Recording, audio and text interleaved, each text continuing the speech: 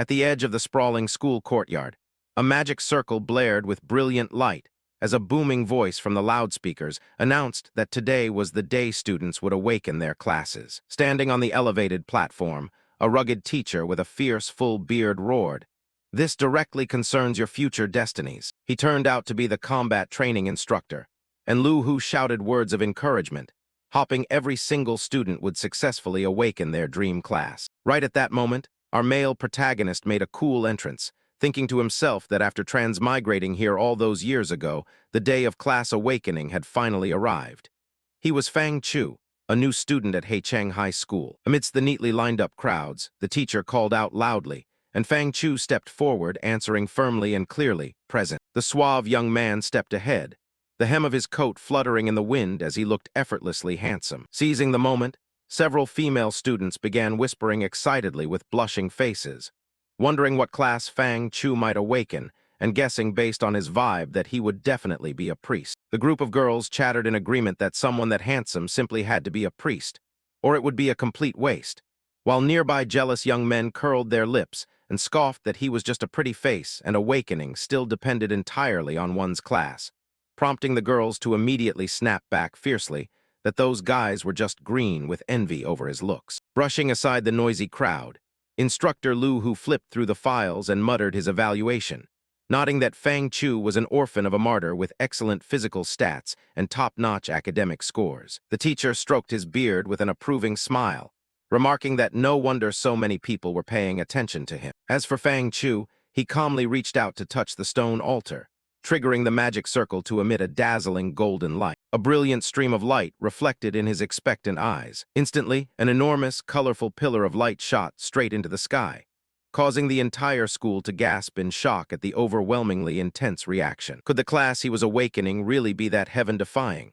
Murmured the smitten voices in the crowd who proclaimed him the campus god. But wait, a strangely eerie blue-black dark energy suddenly radiated from his hand. That gloomy energy gathered into a pitch-black bolt of lightning that struck the ground, dyeing the school courtyard's space in shadow. Instructor Lu Hu jumped in shock, his eyes widening as he blurted out that this kid had actually triggered a natural anomaly, wondering what terrifying class he could possibly have awakened. Phantoms of countless evil demons, skeleton warriors in armor, and reapers holding scythes suddenly appeared across the space amidst a chilling green smoke. Standing before a formidable army of demons with a gigantic skull king looming behind him, Fang Chu maintained a cool and badass expression. Amidst the swirling tempest of dark energy, he stood tall and unshakable on the high platform. Finally, the system interface popped up with a notification of successful awakening. Necromancer. Fang Chu frowned and murmured, "Necromancer," staring at his hands glowing with demonic chi and the glowing blue eyes of the phantom behind him as he wondered if this was truly his class. The male students pointed and laughed boisterously, prompting Fang Chu to turn back in confusion and think, "Huh." The blonde ringleader laughed gloatingly and mocked him for making such a big fuss over nothing only to awaken as a necromancer, declaring smugly that although it was a rare class, it was absolute trash among combat professions, while a nearby male student chimed in with a snicker that a class's strength had nothing to do with academic grades. Fang Chu pondered thoughtfully, realizing that while necromancers looked powerful, they possessed a fatal flaw. They required a sufficiently strong bond with the netherworld. Fang Chu continued to question himself, noting that life and death were inherently opposing forces, and he sighed as he thought about how a living human made of flesh and blood could possibly comprehend the netherworld. Fang Chu confidently smirked, thinking to himself that he was completely different, though. The system immediately displayed his personal stats.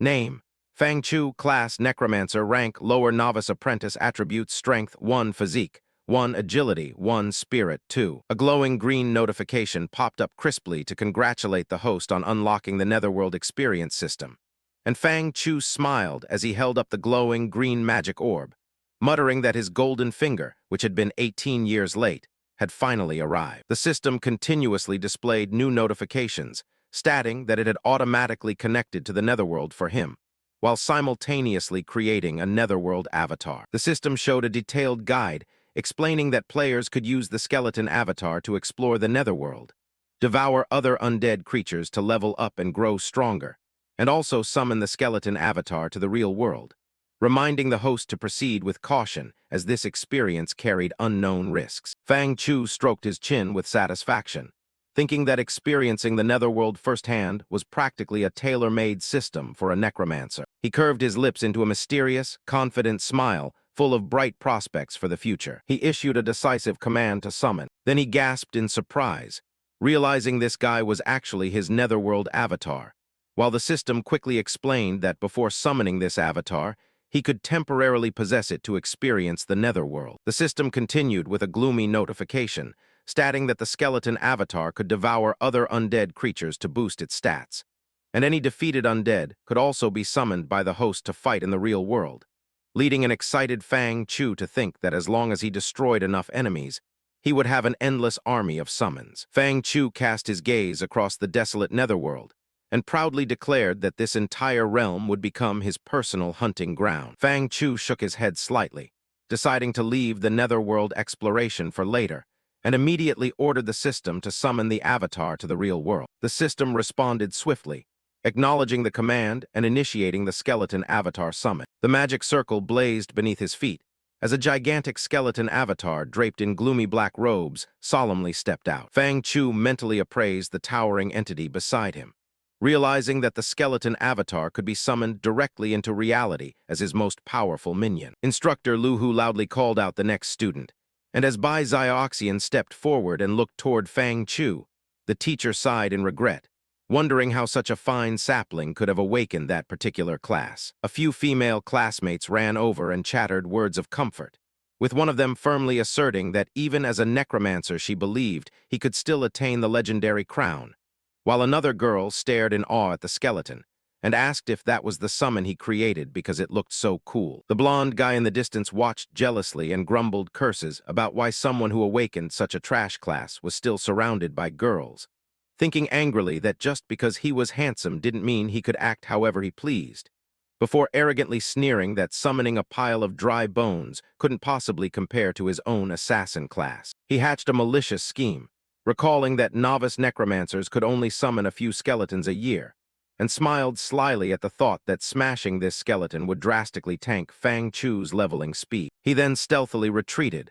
coldly drawing his weapon as he prepared to execute the silent needle skill to ambush his target. With a flick of his wrist, he shot out a razor-sharp mini arrow that cut through the wind and flew straight toward the skeleton with absolute determination. In his mind, he shouted triumphantly, "Go to hell." Fang Chu calmly kept his eyes closed and motionless in the face of the sneak attack. The blonde guy's eyes widened in sheer terror as he shrieked. It vanished. Before he could recover his wits, the skeleton's face with its glowing blue, gloomy eyes closed right in front of him, making him break out in a cold sweat of fear. Before the ambusher could gloat, a bony hand punched him straight in the face with enough force to send blood splattering everywhere. The avatar brandished its spiky staff with extreme brutality, smashing it down so hard that the ambusher could only shriek before crashing headfirst into the ground. Lying flat on the grass with a bloodied face, he widened his eyes in horror and stammered, "How is this possible?" He then struggled to his feet with a shaking body. Fang Chu leisurely strode closer while the other guy clutched his swollen cheek,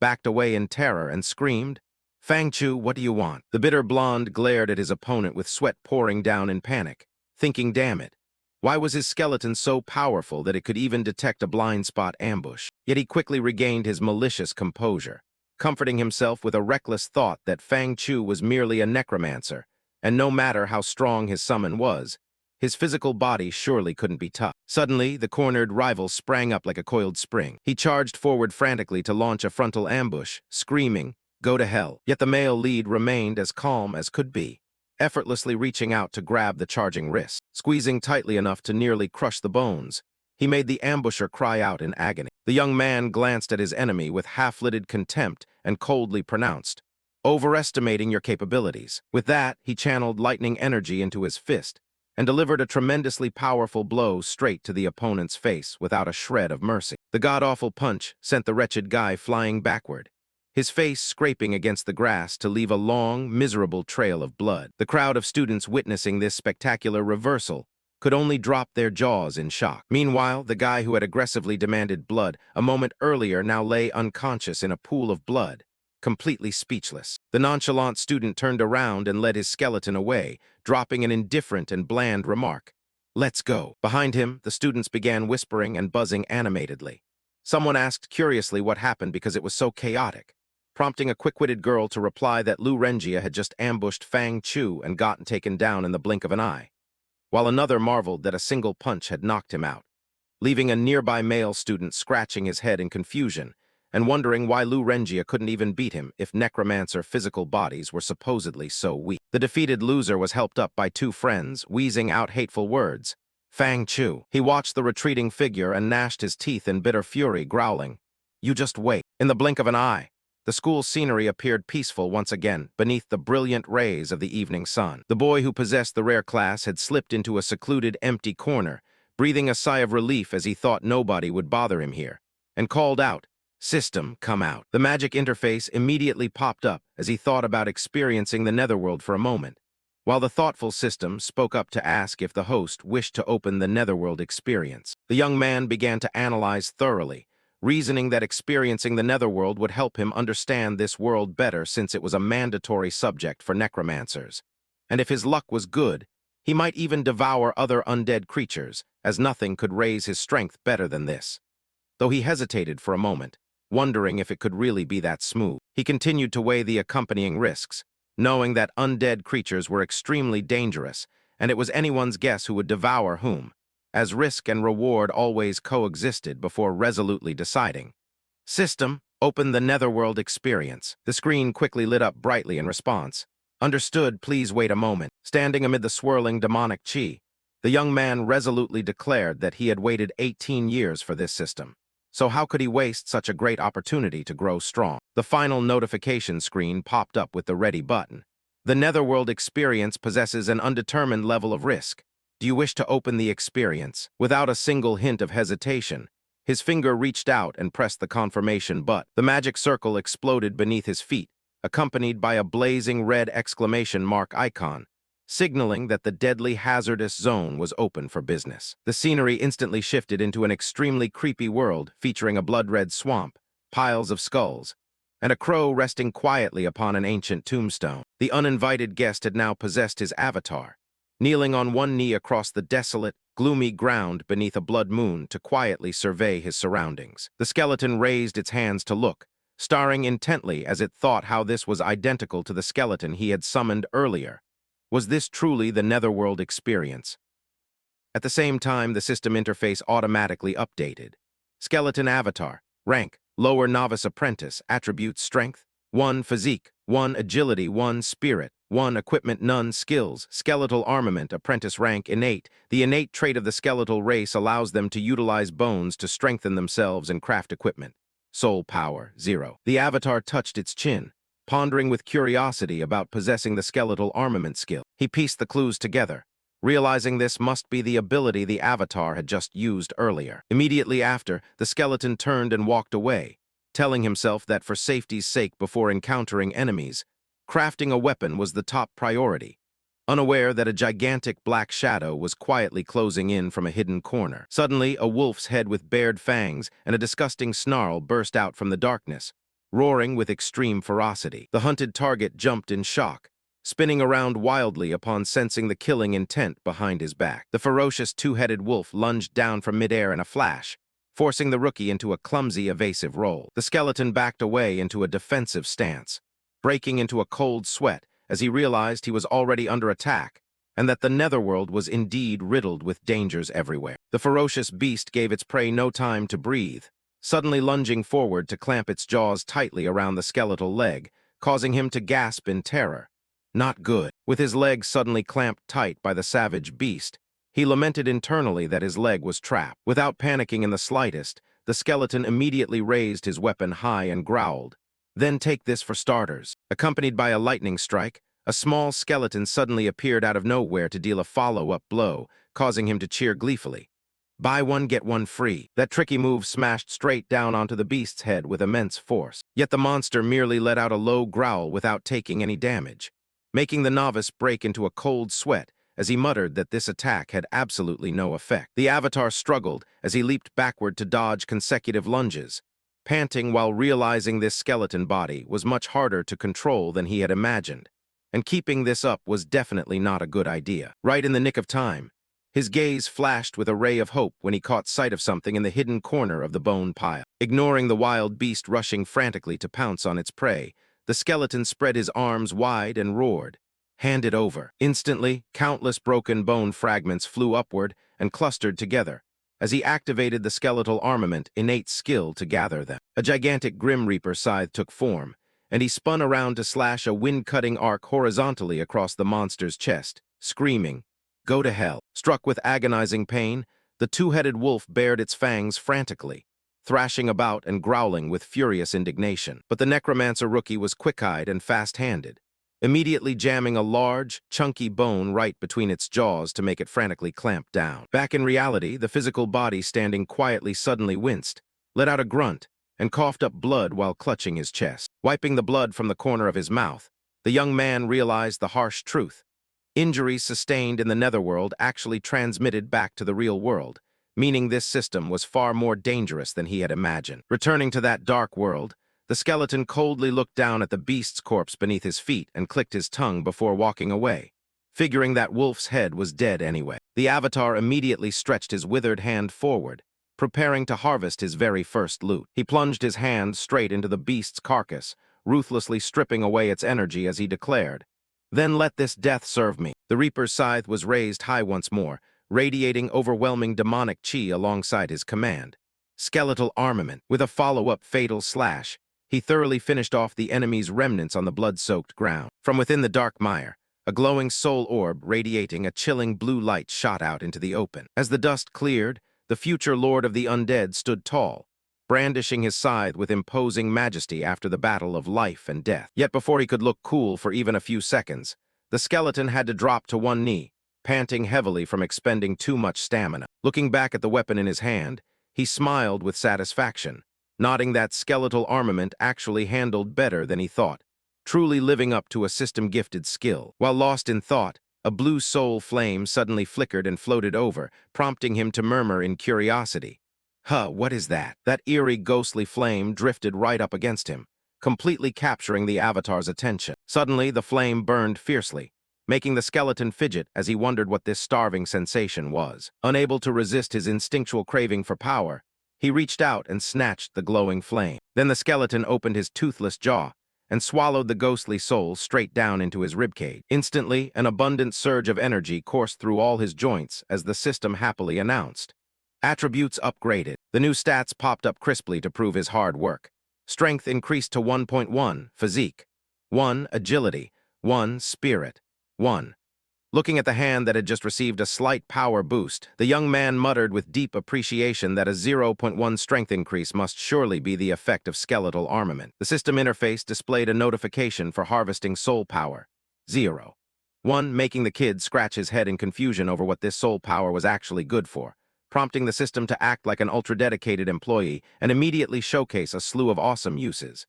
Soul power was converted from soul energy and possessed the ability to deduce skills, raise potential, reinforce equipment, and countless other fun applications. The corners of the skeleton's mouth curled into a sly smile, his two glowing green eye sockets blazing bright in the night as he thought. In other words, inside the young mage's mind, a grinding loop of farming and killing sprees sparked into motion. The faces of his physical body and avatar merged into one as he let out the burning ambition of a typical villain. "I just need to keep hunting." Striding alone across the garbage dump of bones, the young man confidently concluded that he could level up infinitely and crash this entire server. While strolling and taking in the breeze, the young man suddenly halted when his system radar spotted a new target. A skeleton, the cannon fodder summon of a necromancer and a novice-rank undead creature. The screen displayed a skinny skeleton charging forward with a saber, while the system ruthlessly roasted it by analyzing its weak body, flat brain with zero intelligence, and the fatal weakness located in its soul flame. Seeing easy prey delivered right to his doorstep, the rookie immediately waved his hand to cast a spell. "Skeletal armament," and the system chimed once again. "Congratulations to the host for successfully crafting skeletal spear equipment." The pumped-up young man rushed in to pluck the feathers of the monsters blocking his path, while the system continuously reported good news like hitting the lottery. Agility increased by 0.1.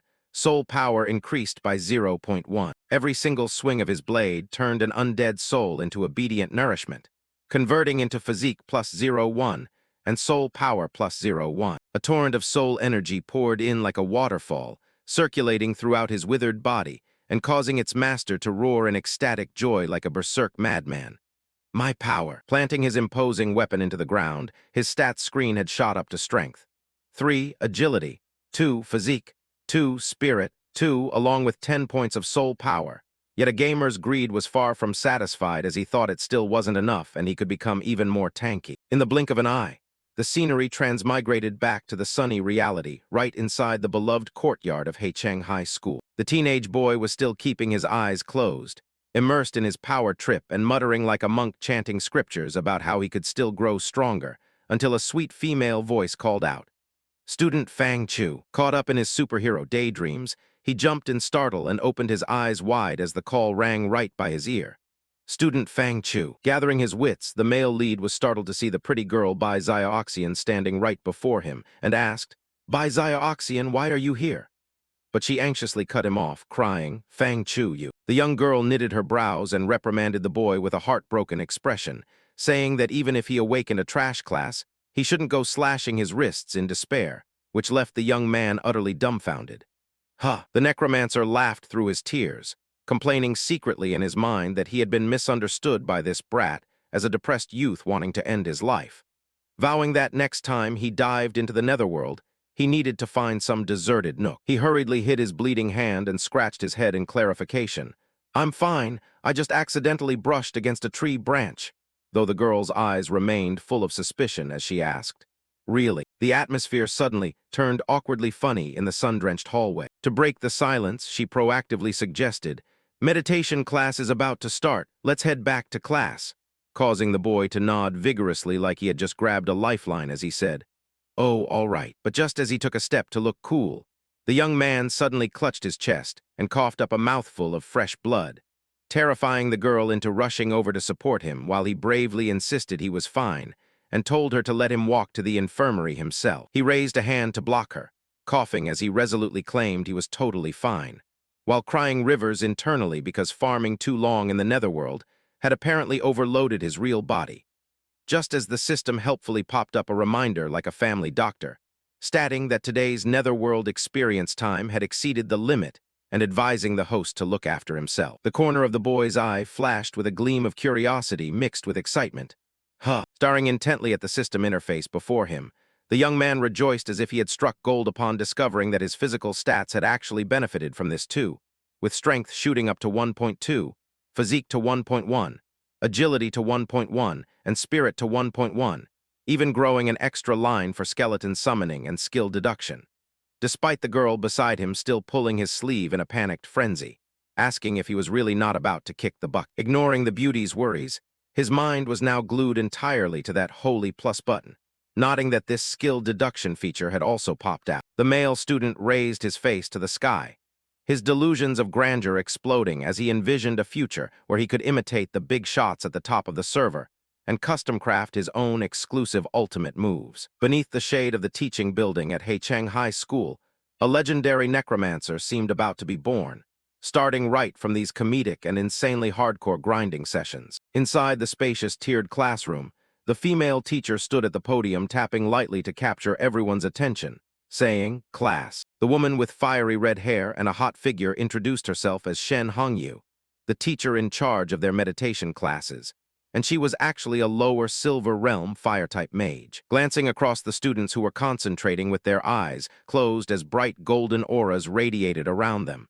the teacher gave detailed instructions that this was the basic meditation method corresponding to their classes, and now everyone was required to use meditation to manifest their class abilities. The teacher's even voice echoed throughout the classroom, explaining that meditation could enhance spiritual power, which was the core foundation for them to use their skills later on. Seeing that the kids seemed tense, Teacher Shen smiled reassuringly while indulging in a bit of self-praise, telling them not to rush because failure at the start was completely normal, since even an outstanding genius like herself took half a month of training to barely complete this step. Right at that moment, the young man sitting in the back unexpectedly received a notification from his cheat system detecting a learnable skill called the skeletal meditation technique, which could rapidly deduce and achieve mastery.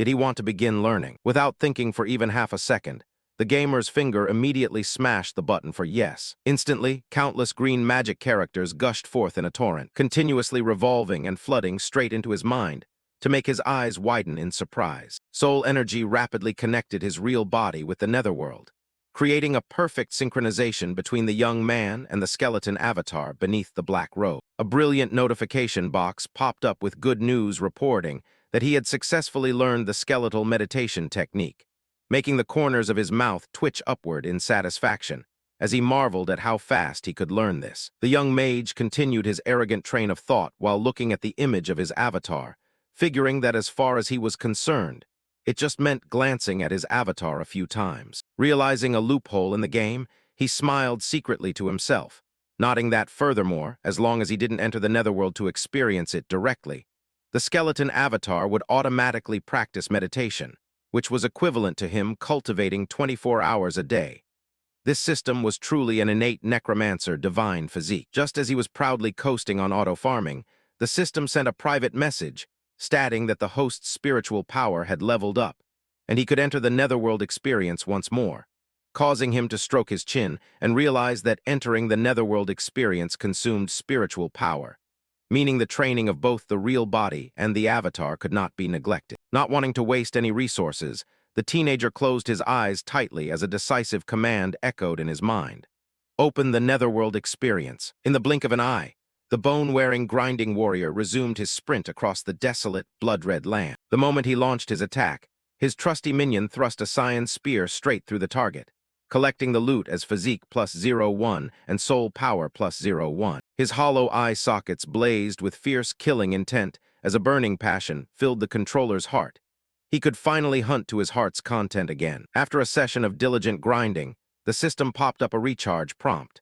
The avatar skill had reached innate proficiency and could be used as skill material for the real body to deduce an unknown skill, with an estimated consumption of 10 points of soul power. The young man nodded in realization of the truth, understanding that when the system previously mentioned being able to deduce skills, it meant performing the deduction within the netherworld. Without hesitating to spend the points, the skeleton clasped his hands together and proclaimed loudly, "Begin deduction." The magic interface rose up with a huge green question mark accompanied by a running progress bar and the text, "New skill about to emerge, analyzing." The screen glowed brightly to report a successful unboxing. Skeletal flying spear skill deduction successful. After reading the detailed description of the apprentice rank proficient skeletal flying spear, which condensed bone spears to throw at enemies, combining armor-piercing physical damage with death energy damage, while quantity, power, and range were determined by spiritual attributes and skill proficiency. The young man was extremely pleased, noting that the skeletal flying spear matched the weapon he crafted perfectly. He was even more shocked when the screen laid out an entire skill tree branching out from the skeletal flying spear into skeletal shield, skeletal giant claw, and skeletal binding, making the gamer rejoice at being gifted an entire derivative skill tree. Shoving the high-end spear over his shoulder, the avatar paced forward with calculated intent, thinking he needed to stockpile more soul power, before his footsteps abruptly halted. Facing a pack of ghost hounds that had just entered his range, the Lord of Death sneered, "What a coincidence, let's use you guys to test out my new skill." No sooner had the words left his mouth than a massive beam of energy imbued with overwhelming force plunged straight down from the sky, creating a shocking bone-shattering explosion. Instantly, those bones carrying brilliant blue soul flames shot forth, tearing through the air to lunge toward the enemy. The executioner savored the results and nodded approvingly, remarking that this was far too powerful compared to apprentice-rank skills like Death Bolt or Debuff Ray. But his farming joy was interrupted when the dropped experience points trickled in meagerly. Agility plus 005, Soul Power plus 005, Strength plus 005, Soul Power plus 005. Making the young man frown in confusion as he wondered why the attributes and soul power provided by these small skeletons had decreased. Looking at his sluggish stat sheet, Strength, 3.1 Physique, 2.05 Agility, 2.05 Spirit, 2 Soul Power, 10.2. The system player clicked his tongue and sighed, realizing the system definitely wouldn't let him farm attributes mindlessly, as this was forcing him to head deeper into the more hazardous regions of the netherworld. Even so, with a miser's spirit, he hoisted his rugged spear and grandly declared that before he could no longer harvest bone essence from these creatures at all, he had to grind hard and devour these low-tier undead even more. In a flash, the scenery shifted back to the real classroom where teacher Shen Hongyu stood imposingly, frowning in annoyance upon hearing a chuckling sound. HMPH. Instantly, a hand sneaked out to tug at the corner of the meditating young man's shirt as a quiet voice called out, "Hey, hey." The male student broke out in a cold sweat and snapped awake, seeing the teacher coldly questioning him. "Fang Chu, everyone else is working hard at meditation. Why are you sitting there grinning foolishly?" Causing him to stammer awkwardly in self-defense. Me." The sharp-mouthed guy from the row behind popped up again to chime in maliciously.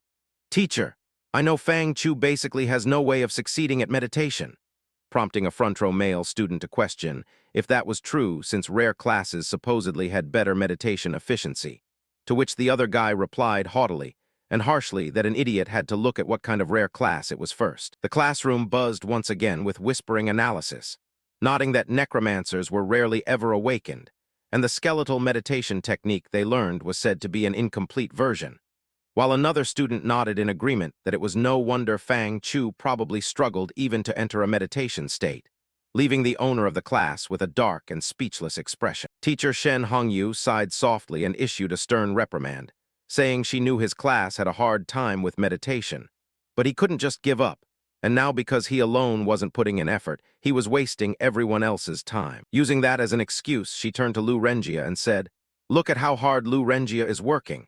After just one class session, he's already able to meditate a blade hilt into form," prompting the blonde guy holding a blazing sword hilt to put on a fake display of modesty. "Teacher Shen flatters me. I've only comprehended 1/3 of the meditation technique, and this cultivation speed is just ordinary genius level." Meanwhile, his provocative gaze slanted sideways toward his arch-rival as he thought, "Fang Chu, by now you should fully understand the gap between a necromancer and other classes, right?" Hearing the empty boast, Fang Chu merely smirked indifferently and leisurely dropped a remark. "Heh heh, that speed is indeed very ordinary," making the blonde guy jump in shock and blurt out, "What?" Immediately, the sharp-mouthed front-row guy turned around and pointed straight at his face to scold him, saying he couldn't even enter meditation, so he needed to check his own condition before talking big. Without bothering to waste words, Fang Chu instantly erupted with a billowing wave of dark necrometric chi that frightened the blonde guy into gasping, "Huh?" and caused the surrounding people to cry out in alarm as they stepped back. Teacher Shen Hongyu knitted her brows tightly and shouted in a stern, authoritative voice to restore order, "Lu Renjia, pull your mind back." Seeing this, the teacher angrily scolded Fang Chu. "What do you mean by this? Meditation class is for learning meditation. If you want to act like a bully showing off your strength, save it for the combat class later." But the Fang-named youth calmly replied that he just wanted Lu Renjia to step aside a little bit, curving his lips into a sinister, devilish smile before continuing leisurely, so she could conveniently witness his meditation progress. No sooner had he finished speaking than the entire class erupted in chatter. "What? Could it be that Fang Chu has succeeded in meditation?"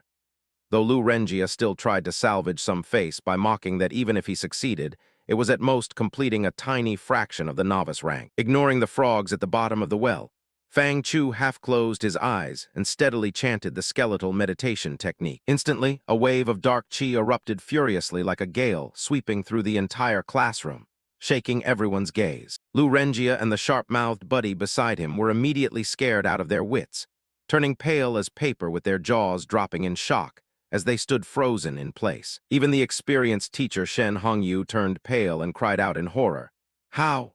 How is this possible? In just a single class session, he's already brought the skeletal meditation technique to the mastery stage." Backed by the towering shadow of the great skeleton behind him, Fang Chu smiled with dark charm to deliver a devastating punchline. "This speed of mine is probably about 1,000,000,000 times faster than an ordinary genius, right?" Right at that moment, the classroom door swung wide open as a burly teacher with a thick, full beard stepped inside, nodding in approval as he remarked that their meditation progress didn't look bad at all. The bearded teacher put his hands on his hips and grandly announced that they would hold a test tomorrow, making Fang Chu raise an eyebrow slightly in query. "A test?" The whole class immediately wailed and lamented noisily. "What? So soon? Combat class is already here, and my meditation technique hasn't even reached mastery yet." However, the blonde Lu Renjia seized this opportunity to sneer and think to himself, "Heh heh, Fang Chu, Combat class is nothing like meditation class. In my specialized domain, let's see how you can keep acting high and mighty as a rookie mage when the time comes. In a flash, the scenery shifted back to the gloomy, red-tinted netherworld, where Fang Chu's skeleton avatar was strolling leisurely. His bony heels stomped heavily onto the barren ground to prepare for a new hunt. Fang Chu mentally evaluated his own changes, noting that after the skeletal meditation technique reached mastery, the duration he could linger in the netherworld had increased quite a bit. Therefore, the young man resolved to grip the spear in his skeleton's hand tighter with blazing willpower, thinking he couldn't afford to be lazy, and had to take advantage of his remaining spiritual power to slaughter even more undead creatures. The figure of death darted nimbly, brandishing his weapon to tear apart the lowly enemies before him as he roared crazily. More. Dark chi surged with every fatal thrust, piercing straight through the chests of the mob monsters blocking his path. Sweeping across a long stretch of land littered with white bone ruins, the workaholic monster roared again. I can still kill even more, until the blue soul flames in his eye sockets began flickering repeatedly, forcing the skeleton to finally halt and pant for breath. Surveying the chaotic battlefield of harvest results, the Lord of Death nodded to himself, nodding that his spiritual power was nearly exhausted for today. No sooner had he thought that than a glowing green notification appeared. The host's class level had upgraded, and the skeleton avatar would receive corresponding reinforcement, making him cheer excitedly. Oh, it seems my hard work wasn't wasted. Without a single second of hesitation, his bony finger reached out to tap lightly on the yes, but instantly the avatar's leveling progress bar appeared, accompanied by a gigantic emerald pillar of light that enveloped his entire figure. His cracked armor began to mend itself, while vibrant crimson vein-like patterns surfaced brilliantly. His death eye sockets blazed with an oppressive and savage energy. As a result, a brand new stat sheet struck his eyes. The skeleton avatar had just reached the lower median apprentice rank with strength 5 physique, 3 agility, 3 spirit, 3 soul power, 10, along with gray skeletal spear equipment, accompanied by a system notification of successful upgrade and automatic acquisition of a new skill, Brutal Strike, which made the grinding youth praise it appreciatively. Leveling up actually lets you get skills too. Reading the green information block of the new skill, Fang Chu happily envisioned scenes of slaughter. The novice rank Brutal Strike skill possessed an explosive effect, unleashing massive strength to attack the enemy based on strength attributes and skill proficiency. The Lord of Death patted his ribcage smugly, thinking, awesome. With this skill, my speed at mowing down hordes of undead is going to be kicked up to a whole new level. But life wasn't a fairy tale. Before his arrogant smile could even fade, a wave of dizziness washed over him, making the 2 blue flames in his eye sockets flicker like a dying light bulb. The grinding monster clutched his bald skull and collapsed to the ground, crying rivers of tears internally as he cursed himself for admiring his cool skill too much and completely forgetting about his mana bar, since his spiritual power had bottomed out ages ago. The scenery instantly shifted back to the sunny, breezy courtyard of Haicheng High School, filled with energetic youths in their prime. Returning to reality, Fang Chu sat slumped on the steps with a grimacing expression, clutching his head and groaning. Damn, my head hurts so much. This mana bar is still way too humble. Seeing this, the thoughtful class monitor stepped over to check on him. Fang Chu, what's wrong with you? Ever since meditation class, your face has looked like a rag all week, forcing the male lead to offer an awkward, face-saving smile. I'm fine, just a bit overdone on the daily grinding. Practicing, while breaking out in a cold sweat internally, and vowing that the secret of this game-hacking system must never be leaked. And next time he logged into the netherworld, he'd better find some lonely corner. Just as he was wallowing in misery, that familiar, obnoxious, sharp-mouthed voice rang out right in the necromancer's face. As expected of a trash class, after just a little meditation, he's already this weak, accompanied by a lackey chiming in to trash talk. Spot on. Don't think getting 1 foot through the door of meditation makes you hot stuff. This profession ultimately still relies on fists to talk. The female class monitor couldn't hold back anymore, standing up with ruffled feathers to defend him. You guys cut it out. Has Fang Chu ever touched your rice bowls? Why are you always barking blindly at him? But Lu Renjia just stuck out his chubby chin to argue stubbornly. I'm just speaking unpalatable truths. Realizing he had backers, Lu Renjia grew even bolder, pointing straight at Fang Chu's face and barking aggressively. What? Still itching for a beating? You bastard, do you think this young master is as weak as I was a week ago? He tossed his hair for effect and waved his hands around as his fiery sword danced like a fan. bragging that he had attained enlightenment and learned class skills. So now all he needed to do was sneeze to easily send Fang Chu off to meet his ancestors. Just as the atmosphere grew thick with the smell of gunpowder, the muscular teacher let out a lion's roar to quell the chaos. "All of you, rein in your attitudes," causing the students to instantly shut down and mutter submissively, "Hello, Teacher Lu." Teacher Lu glared with bullet-like eyes to lecture the delusional punk. "The school teaches skills so you can go out and chop monsters in the future, not for you guys to bare your teeth and tear at each other," making Lu Renjia tuck his tail in obediently like a puppy. "I understand, sir." Having cleared away the obstacle, the teacher turned to look at Fang Chu with meaningful eyes. "I've seen your results from meditation class. You better go all out in the combat class too," prompting the young man to nod quickly and obey. "Yes, sir." Watching the teacher's sturdy, masculine retreating back, Fang Chu stroked his chin with self-indulgent narcissism, thinking Teacher Lu really must have designs on favoring and pampering a genius like him. Without letting his students laze around, Teacher Lu stood in the middle of the sports field and roared, "Everyone, gather around!" And the flock of sheep rushed over like a broken hive, shouting, "Understood." The teacher ordered a few errand-running students to bring all the equipment over immediately, and a cap-wearing male student hurried over, answering eagerly, "Yes, sir, right away." Before long, a weird-looking machine was pushed out onto the field amidst everyone's bewilderment. Teacher Lu proudly patted the metal shoulder of the robot and smiled slyly as he introduced it to them. "Let me introduce you kids to this. This is an apprentice-rank test puppet, guaranteed to be super tough and durable, used to measure your combat capability and how tanky you are." Pointing at the LED screen on the machine's chest, the teacher began explaining the scoring system.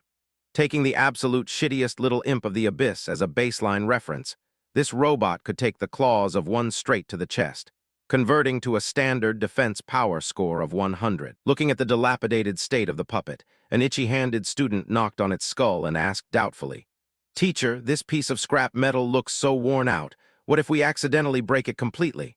Causing Fang Chu on the sidelines to raise an eyebrow in curiosity. "Break it completely." Hearing the naive question, Teacher Lu sneered, delivered a sharp slap to the puppet's head, and boldly declared, "In the history of our school, no freshman has ever been recorded as having enough skill to even scratch it. Today, whichever one of you can use pure physical strength alone to rip the head right off this puppet." Teacher Lu spread both hands wide to seal the deal on a big prize. "I, Lu Hu, am willing to pledge my honor as an instructor to promise that person a cash reward of 20 contribution points." The moment they heard the scent of money, all the students immediately gasped and cheered as if they had struck gold. "Whoa, so generous. 20 alliance contribution points. Haha, there's no hiding our cards after this." Under the warm glow of capitalism, Fang Chu's eyes lit up with dollar signs, knowing that in this utilitarian world, contribution points were hard cash. If he wanted to buy toys or purchase extra skill books, where else could he get them if he didn't grind for them? Greed flared up as everyone scrambled to raise their hands wildly like a chaotic market. "Teacher, I want a test. Step aside, I'm going first." But the teacher immediately barked to restore order. "Line up one by one for me. Ordinary classes test first." Opening the batting order was a fire-type mage student who struck a cool pose, channeling blazing red fire from both hands as if preparing a barbecue, accompanied by an artistic wave of his hand and a booming roar of "Fireball spell." A brilliant fireball slammed hard into the robot in the most grandiose fashion possible. But who could foresee life's twists? Teacher Lu glanced at the electronic display board and read out the data indifferently. "Attack power, 48, making the mage's face turn pale as he stammered defensively. "Clearly I used enough force to bite my lips and it felt earth-shattering. How come the display only shows a tiny bit?" The second person was a swordsman who rushed forward to slash a wind-clearing arc while shouting fancifully, "Mortal strike," only to receive a score of 41 and wish he could dig a hole to hide in. The third person refused to resign himself to fate, transforming into a divine archer who drew his bow to fire a blinding, eye-straining shot, with the stone-izing arrow closing out the score at a clean 50 amid the boundless despair of the rookie class. Once the weaklings finished sweating, Teacher Lu crossed his arms and announced, "All ordinary classes have completely finished testing. The remaining special classes can step up onto the platform in order." Down below, the students from ordinary classes hugged each other and wept. None of us trash classes managed to crawl past the score of 60 during the test. No wonder Teacher Lu was generous enough to brag so loudly. That 20 contribution points was basically bait we could never bite. I wonder how those favored hidden-class children will score. Meanwhile, Fang Chu stood stroking his chin thoughtfully as Dark Chi rose, and he turned around, thinking that his current attack power completely relied on his squad of skeletal minions, and wondering if the test puppet's stats allowed for cumulative calculation. Sharp-mouthed Lu Renjia walked past again and dropped a sarcastic remark. Look at your twisted face. You already know your attack power is definitely at the bottom of the pile, right? Making Fang Chu raise an eyebrow lazily. Lu Renjia lunged forward, roaring with excitement. Now I'm going to open your eyes and show you the gap between us after learning a skill. He brandished a glowing red dagger and swung a giant wind-clearing slash at the puppet. The result displayed on the screen was 80. Lu Renjia puffed out his chest with self-satisfaction. See that? This is the overpowered nature of the hidden phantom assassin class. But before he could act arrogant, a male student behind him curled his lip and mocked him. As if you're the only one who awakened a hidden class, stop acting so proud over nothing. Cutting short the show-off session, Teacher Lu held the attendance roster and called out in a booming voice, "Yi Fan, come up for the test." The cold male student answered firmly, "Present." Instantly, the crowd buzzed with chatter. I remember Yi Fan awakened the super cool demon executioner class, right? Exactly, I heard that the moment he awakened, big shots from the school kept their eyes on him and even specially set up an exclusive research team for him. So envious. I wonder how insane his attack power is. Yi Fan stepped onto the platform with a romantic, suave demeanor, tossing his hair as a gigantic green energy reaper phantom materialized behind his back. His gaze was icy cold and highly focused in preparation for a fatal swing. Launching himself into midair like a deity, Yi Fan brought his giant scythe crashing down onto the robot's head as he roared, "Vengeful strike." Yet the screen displayed a tiny score of 65, making the nerds standing outside scratch their heads in curiosity. This number is only slightly higher than mine. Only 65. Yi Fan's bright blue eyes flashed with a burning intent to kill as he thought. It's not over yet. It turned out this young man's skill was a combo attack. The number on the puppet's chest danced wildly up to 69 amidst everyone's astonishment. The tempestuous chain of slashes continued to reap results as the number surged to 88 and then hit a clean 100 milestone. The wind stopped blowing. Yi Fan hoisted his scythe and struck a cool pose beside the machine as Teacher Lu nodded and called out his name. Yi Fan, attack capability 100. Observing from afar, Fang Chu smiled with calculated slyness, realizing that attack points could indeed be accumulated, which meant dismantling that battered test puppet wouldn't be all that difficult for him. The dark attribute student Yi Fan walked down leisurely amidst admiring gazes, leaving behind murmurs of, "Looks like in this class." The Yi-named youth shoved his hands into his pockets and lifted his chin to the sky with self-admiration. "There's still no opponent skilled enough to surpass me, Yi Fan." Seeing someone else steal the spotlight, Lu Renjia curled his lip sourly. That guy just cheated by following up with extra strikes to get that score. If I'd known, I would have swung a few more times too. But he was immediately slapped down by the gray-haired girl. "You're an assassination-type assassin class. Where on earth would you get a combo slash skill to try and copy that?" Teacher Lu ignored the bickering punks and called out, "Bai Zioxian, come up here," prompting the busty girl to step forward enthusiastically. "Yes, sir." Bai Zioxian puffed out her cheeks and took a breath, endlessly self-hypnotizing in her heart. "I'm a hidden class after all. No matter how sloppy my fighting is, I absolutely cannot look too embarrassed." Swinging her long, slender legs in an artistic curve, she unleashed a furious storm of green leaves that lashed straight at the target. But painfully for her, Teacher Lu announced calmly, "Bai Zioxian, attack capability 31, freezing her in place as she cursed the heavens. "Damn it, the combat power of support types is just way too pathetic." Lu Renjia seized the opportunity once again to bare his teeth and laugh heartily. "Ha! You talked a big game, but the result is just this bit of cat-scratch skill. If I'd punched a few more times, my attack would have been at least 80 or higher," while the bearded teacher still called out the next person indifferently. Gu Jishu. Stepping onto the platform was the Storm Mage student. Waving both hands, he conjured crackling green lightning bolts, and the wind energy missile yielded the result. Gu Jishu, attack capability 72. Next, the tanky brawler from the Earth Knight class slammed his shield straight into the robot's chest with a loud crash, and the shield bash impact brought in the score. Zhao Yuan, attack capability 69. Not stopping there, a muscular, brawny student from the Heavy Hammer Warrior class swung a gigantic hammer down with shattering force, and the heavy hammer impact closed out the score. Chen Yang, Attack capability 84. Students watching on started clicking their tongues and chatting. Those big guys' attack powers are all several times higher than mine, but from start to finish not a single one managed to break the 100 mark. What a pity. 100 couldn't even scratch an itch on that puppet, so Teacher Lou's stash of contribution points is probably going to go unclaimed. Another replied, "Not necessarily. Did you forget there's still one hidden class character who hasn't bothered to take the stage yet?" The whole gang turned simultaneously to look at the young man standing motionless like a dark statue. That's right. There's still the necromancer Fang Chu to close things out. Hearing that, Lu Renjia's mouth itched to mock them. Are you guys pinning your hopes on a necromancer? That punk probably can't even cough up 10 points of attack power. A few freeloaders laughed along. Ha ha ha, Brother Lu is totally right. Not to mention that pile of dry bones of his.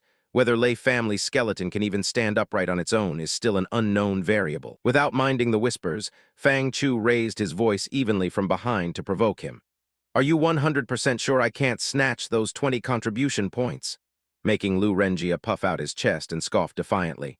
Ha ha ha, as if a good-for-nothing like you could get them. He pointed at the robot's head and made a dramatic, high-stakes gamble. Listen here, if you manage to break this thing, I will swallow this machine whole right here on the spot for you to see. Fang Chu smirked, stepping forward briskly as he left the bewildered Lu behind.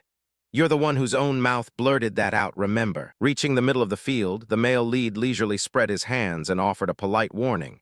Everyone, please step back a bit. The sharp-mouthed guy still tried to force a comeback to mock him. What's wrong? Scared your dismal stats will be seen by us and we'll laugh our heads off. Fang Chu calmly closed his eyes and said, no. Suddenly, a burst of green energy erupted as illusory hellish chains billowed up from the ground to surround Fang Chu, accompanied by a mystical voice. It's just that the skill I'm about to throw requires taking up a slightly larger space, that's all. From within the dark mist of death, the figures of hideous skeletons with green blazing eyes walked leisurely out behind their lord. The students standing outside dropped their jaws in absolute terror and shrieked in horror. What the hell is that? 10 skeletons? Is Fang Chu planning to ambush the whole school? Didn't rumors say apprentice-rank mages can only summon 2 at most? Could this guy Fang Chu have massaged his way into leveling up to a black iron mage? Teacher Lu wiped away a cold sweat, screaming frantically in his head as he remembered a legend. Even the female necromancer hailed as the most genius in history, Su Xinhuan, could only summon 5 skulls when she first awakened. Looking at Fang Chu standing with his hands clasped arrogantly amidst the surging dark qi, the muscular teacher secretly swallowed his saliva, thinking, is this kid Fang Chu's talent actually even more overpowered than Su Xinhuan's? Meanwhile, the grinding executioner was stroking his chin with satisfaction, thinking, luckily I held back a bit and hid my cards, otherwise that thing called attention would have been way out of bounds. Without dragging things out with lengthy chatter, the Lord of Death lifted his chin and ordered his squad of skeletal minions. Go chew him up for me. The entire pack of skeletons immediately bolted like unleashed hounds, while the sharp-mouthed Lu Renjia trembled with fear as he muttered, the speed of these dry bones is way past the legal limit. In the blink of an eye, 20 monsters swarmed the test robot in a gang beatdown, punching and kicking furiously without missing a single hit. The electronic display board on the puppet's chest jumped frantically like an odometer. 30, 45, 60, 65. The onlookers began pointing and judging, making a huge racket, and saying his attack power wasn't actually rated that high after all. Though another person chimed in that 65 was already pretty decent, since plenty of warrior-class guys couldn't even crawl past that milestone. While someone else scoffed that summoning a whole bunch of minions just to rack up that much score proved necromancers were trash for eternity. Seeing this, Lu Renjia seized the opportunity to burst out laughing right in his opponent's face. Is that it? 65 points averaged out means every single one of your pathetic little skulls didn't even pack 10 points of attack power. Brushing aside the barking dog by his ear, Fang Chu narrowed his eyes and dropped a cold remark. Don't bare your teeth in a grin just yet, the good show has only just begun. Making Lu Renjia frown in frustration and snap. What do you mean? At a time like this, you're still trying to thrash around and salvage some face. The dark qi surrounding the male lead erupted even more violently as he curled his lips into a sinister smile. 10 wasn't enough to beat it down, so bring out 20 to chew it to pieces for me. The whole class experienced a fit of extreme shock with their jaws dropping wide open. What the heck? Was Fang Chu deliberately holding back his cards this whole time? Someone rubbed their eyes and mumbled, there's at least 20 skeletons in this pile. Has history ever recorded a necromancer hacking the game like this?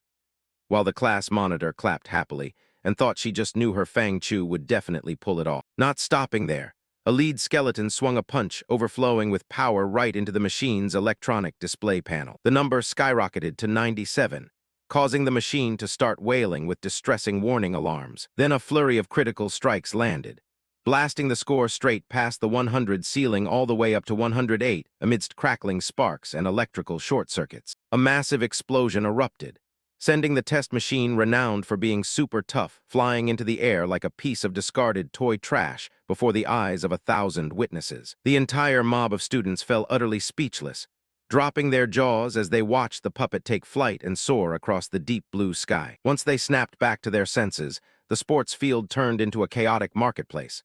Wasn't 65 supposed to be the limit before the puppet bursts from exceeding capacity?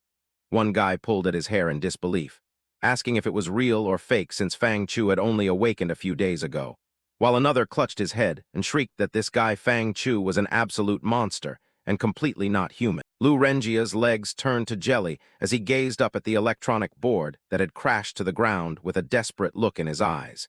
It even blew past the measurement limit of the testing machine. That blazing red 999 score pierced his eyes like a curse. How can such an absurd thing possibly exist? Truly, Lu Renjia's face distorted with sweat pouring like a waterfall, and his mouth hanging open wide enough to stuff a chicken egg, because he simply could not accept this humiliating truth. With absolute style, Fang Chu leisurely strolled over to the pile of scrap metal and picked up the battered head of the puppet. The young man shoved the iron head right into Lu Renjia's chest, flashing a polite yet murderous smile. "It's dinner time, you can open your mouth and swallow it down now," making the other guy stammer as he backed away. I. Seeing his opponent scared close to peeing his pants, Fang Chu gave a cold huff, not wanting to eat his fine too. Instantly, the dark eyes of the Lord of Death glared fiercely, radiating a deadly pressure. "Vanish from my sight forever." The defeated loser bolted away in a panic, hastily tossing back a classic villain line to salvage a shred of dignity. "Next time I'll definitely teach you a lesson." Business finished, the female class monitor scurried over with starry, admiring eyes. "Fang Chu, you're way too overpowered. What's your cultivation secret? Hurry up and open a class to teach me." But the grinding youth merely scratched his head with an evasive laugh. "Well, I just do my routine meditation training like clockwork." Bearded teacher Lu who strode over, clapping in applause. "Well done, Fang Chu. Today you really opened this teacher's eyes," while the male lead maintained his humble posture. "You flatter me, sir." Suddenly, the teacher gave his student's shoulder a heavy slap and nodded with a promise. "The school's priority cultivation seed roster. I'll definitely pound the table to secure a spot for you." The scenery flashed to the luxurious principal's office, where a white-haired elder was listening to a report. "Sir, out of 10,000 total freshmen across the school, 9,103 successfully awakened, and 897 unfortunate ones failed, bringing the estimated successful awakening rate to about 91%. The secretary's even voice continued reading the statistics. "Meanwhile, there are a total of 85 individuals who locked down rare classes, including prominent names such as Earth Knight Zhao Yuan, Song-chanting Xuan by Xia Oxian, along with Storm Mage Gu Jishu and Demon Executioner Yi Fan." The white-haired elder stroked his beard and nodded. "MHM, 100 slots for priority cultivation seeds. These 85 people can be directly placed on the list." Yet when his gaze drifted down to the male lead's file, he frowned and muttered. "However, Fang Chu." Looking at the ill-fated class listed on the paper, he sighed mercilessly.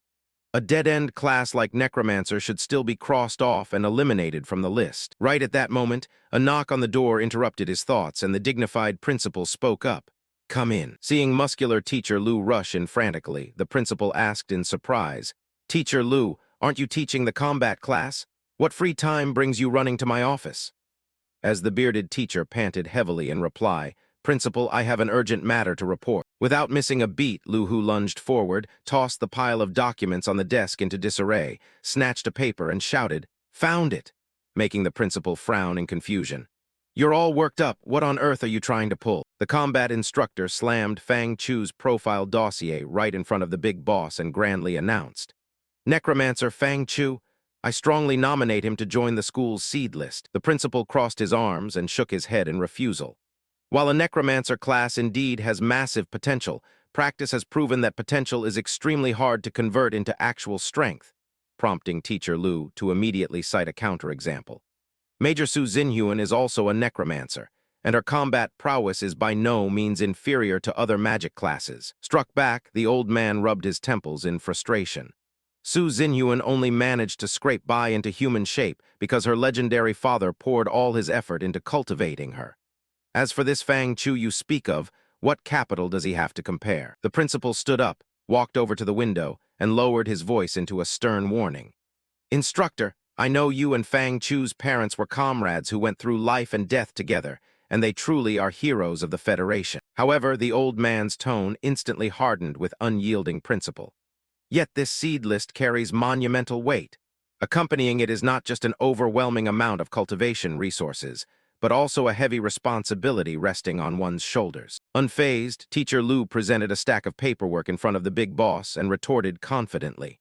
That's precisely why I'm nominating Fang Chu. These are his performance reports from the meditation class and combat class just now, causing the principal to raise an eyebrow in curiosity. Oh, glancing over the paper, the old man jumped in startle and read aloud.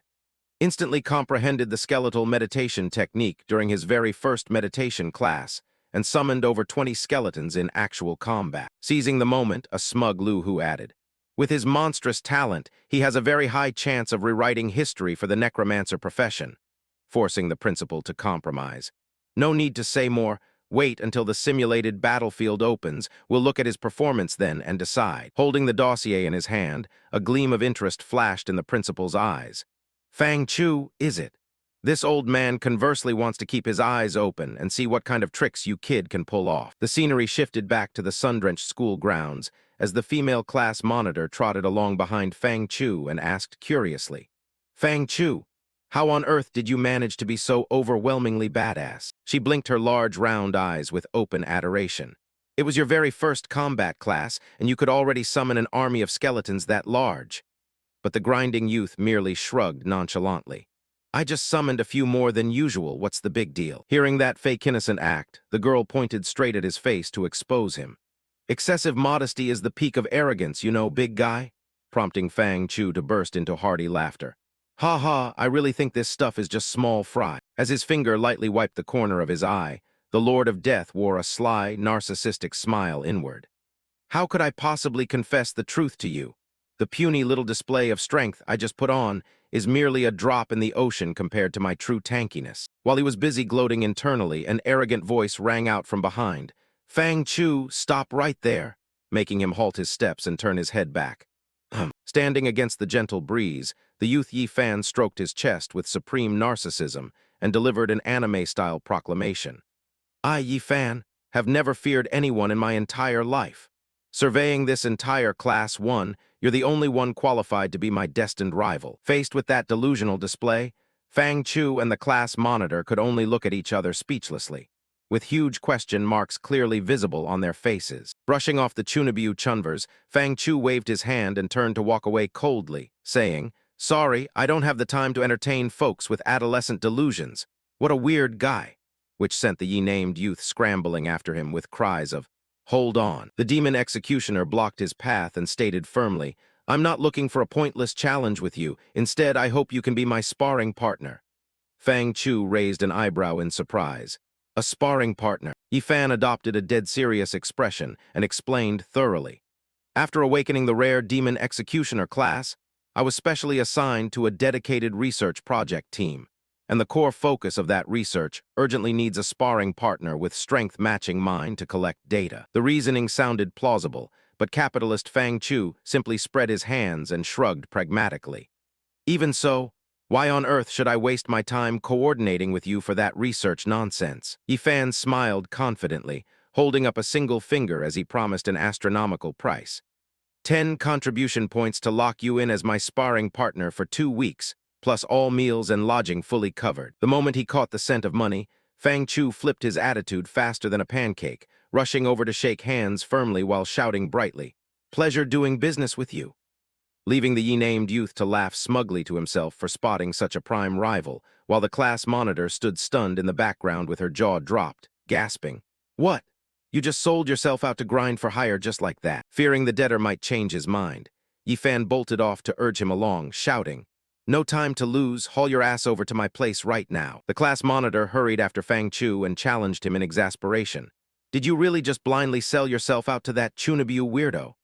The male protagonist shoved both hands into his pockets, wearing the satisfied smile of someone experiencing a bumper harvest as he replied, "10 shiny contribution points is no small sum. If I didn't scoop it up, it'd be a total waste of heaven's bounty." Fang Chu glanced sideways at the newly acquired contribution points, muttering inwardly that his own household certainly stood in dire need of these resources. With that thought, he turned to probe his female classmate. "Say, is that guy Yifan actually some rich second-gen kid to be throwing around such generosity?" Causing the girl to curl her lip and retort, "Rich second-gen my foot. All those contribution points were advanced to him by the Research Association." Observing the other guy's delusional airs, the class monitor crossed her arms and sighed as she further explained that since they were advanced funds, Yifan would undoubtedly have to break his back paying off the debt later. Yet looking at the reckless spending habits of the Yi fellow, she could only shake her head in despair and guess that after graduation he'd probably be trapped paying off debts for a solid 20 years, making Fang Chu break out in a cold sweat as he mumbled, "Yikes. So that's how it is." While they were busy gossiping, Yifan had already arrived in front of a modern building and waved his arms to call out loudly, "We're here. You two hurry up and come inside." Leading the group inside, the demon guy proudly introduced the space. "This is the laboratory of our special project team. What do you think? Pretty epic, right?" Sweeping his gaze across the room, Fang Chu couldn't help marveling at the cutting-edge equipment surrounding them. "This lab is seriously high-end. The perks for a hidden class truly live up to their legendary reputation." From the corner of the room, a bespectacled man with a mechanical arm stepped out to greet them. "Welcome, kids. I'm the person in charge of the Demon Executioner Research Association, Silver Rank Swift Ranger Chen Kingshan." The two of them politely bowed and greeted him with, "Hello, Professor Chen," prompting the middle-aged professor to give a cold, concise nod. MHM. Although the other party was merely logistical support, Fang Chu sharply sensed a faint aura of killing intent, realizing that despite being a researcher, the man still carried the lingering temperament of someone who had fought on the front lines. Strolling around the lab, Professor Chen proudly recounted a recent event. Recently, in the Abyss Secret Realm, humanity welcomed yet another legendary-ranked demon executioner who broke through to the Crown Realm, successfully slaying an Abyss Lord and displaying earth-shattering combat prowess. Patting Yifan's shoulder with high expectations, Professor Chen continued, "That's why after Yifan awakened the Demon Executioner class, our Heicheng Military Academy placed special emphasis on him, setting up an entire dedicated research team just to help him unlock his maximum potential." Suddenly, Professor Chen turned to look at Fang Chu with a mysterious smile. "Fang Chu, I've already reviewed your file as well." Seeing the talented kid before him, the professor adjusted his glasses and dangled a temptation. "If you like, I can make a special exception to set up a small research team for you too," prompting the male lead to wave his hands and reject the offer instantly. "No thanks, I'll pass." Glancing sideways at Yifan with lingering apprehension, the pragmatic Lord of Death thought to himself that he certainly didn't want to graduate with 20 years of crushing debt hanging over his head. Professor Chen didn't press the matter further, clapping his hands to signal, "No problem at all. Then let's start with the practical combat research first." Stepping down onto the combat arena, the professor reassured the two students. "We've established extremely strict safety measures, so you guys can go all out in combat without needing to worry about any fatal dangers." Pointing toward the weapon rack nearby, he added a reminder.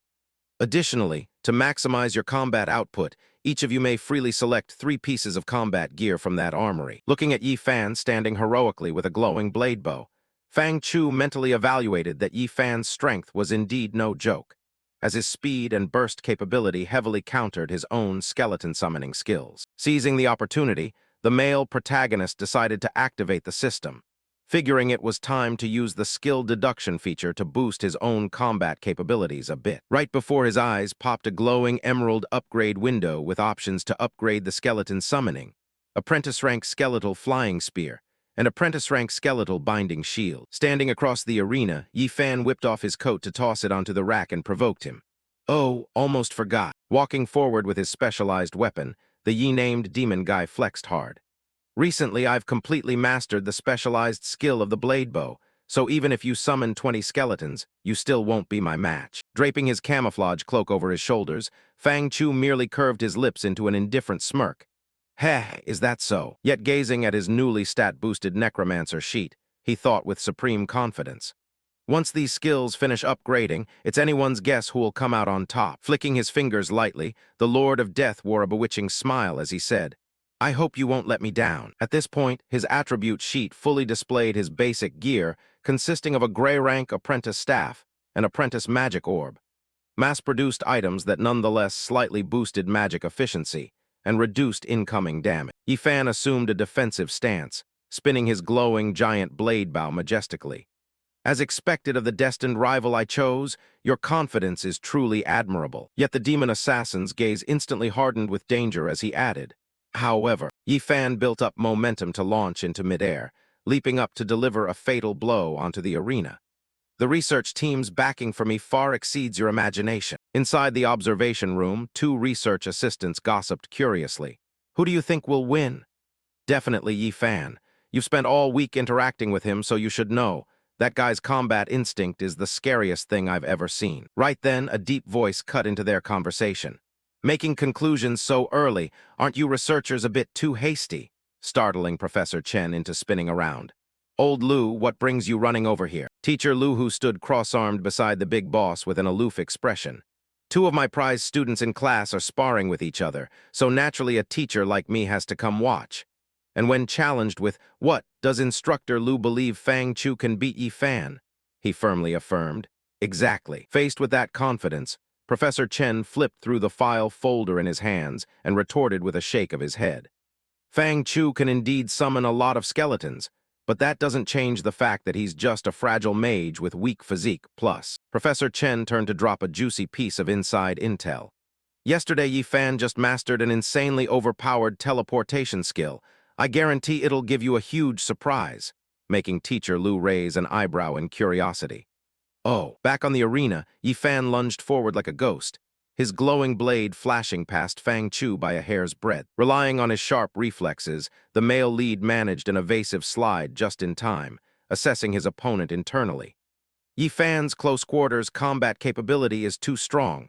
I need to widen the distance immediately. Seeing his opponent scrambling backward, Yifan smiled arrogantly. Don't think widening the distance means you're safe. He immediately raised his giant blade bow, channeling energy to fire a torrential downpour of blue energy arrows that blanketed the sky and scoured every corner of the arena. Facing that overwhelming onslaught, a flash of cold green light flickered in Fang Chu's eyes as he chanted an incantation, summoning a skull protection barrier that blocked all danger dead in its tracks. Raising his magic staff, a brilliant magic circle lit up beneath Fang Chu's feet to summon his first batch of skeleton warriors into the fray. The newly spawned skeletons instantly clasped their hands before their chests to unleash their signature technique, launching rapid-fire volleys of sharp blue energy beams. Watching the incoming torrent of light beams, Yifan tilted his body to dodge while mentally calculating. I need to cut off his skeleton summoning rhythm right now. But a sudden lightning arrow slammed straight into the magic array beneath Fang Chu's feet, making him change expression and cry out. Crap! The summoning array got forcefully interrupted. Ducking low to evade a storm of energy arrows whistling right over his head, the male protagonist breathed a sigh of relief. That was way too close. Immediately afterward, Fang Chu slammed his hand down flat against the ground to trigger another hidden magic array. A long row of imposing skeleton warriors with blazing green eye sockets rumbled up from the earth, completely shielding their master from the upcoming wave of attacks. Standing behind the glass pane in observation, Professor Chen couldn't help marveling in praise. Truly, the younger generation surpasses the old. Today's youngsters are seriously formidable. Pushing up his glasses, he nodded in agreement. With Fang Chu's performance today, even if he loses to Yifan, I entirely agree to put him on the seed list, prompting Teacher Lu Hu to chuckle dismissively and retort.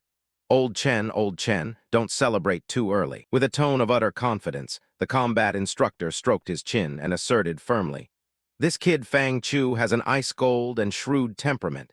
I refuse to believe he hasn't hidden 2 or 3 trump cards up his sleeve. Watching his skeleton minions get hacked down like sugarcane by the opponent, Fang Chu narrowed his eyes in calculation.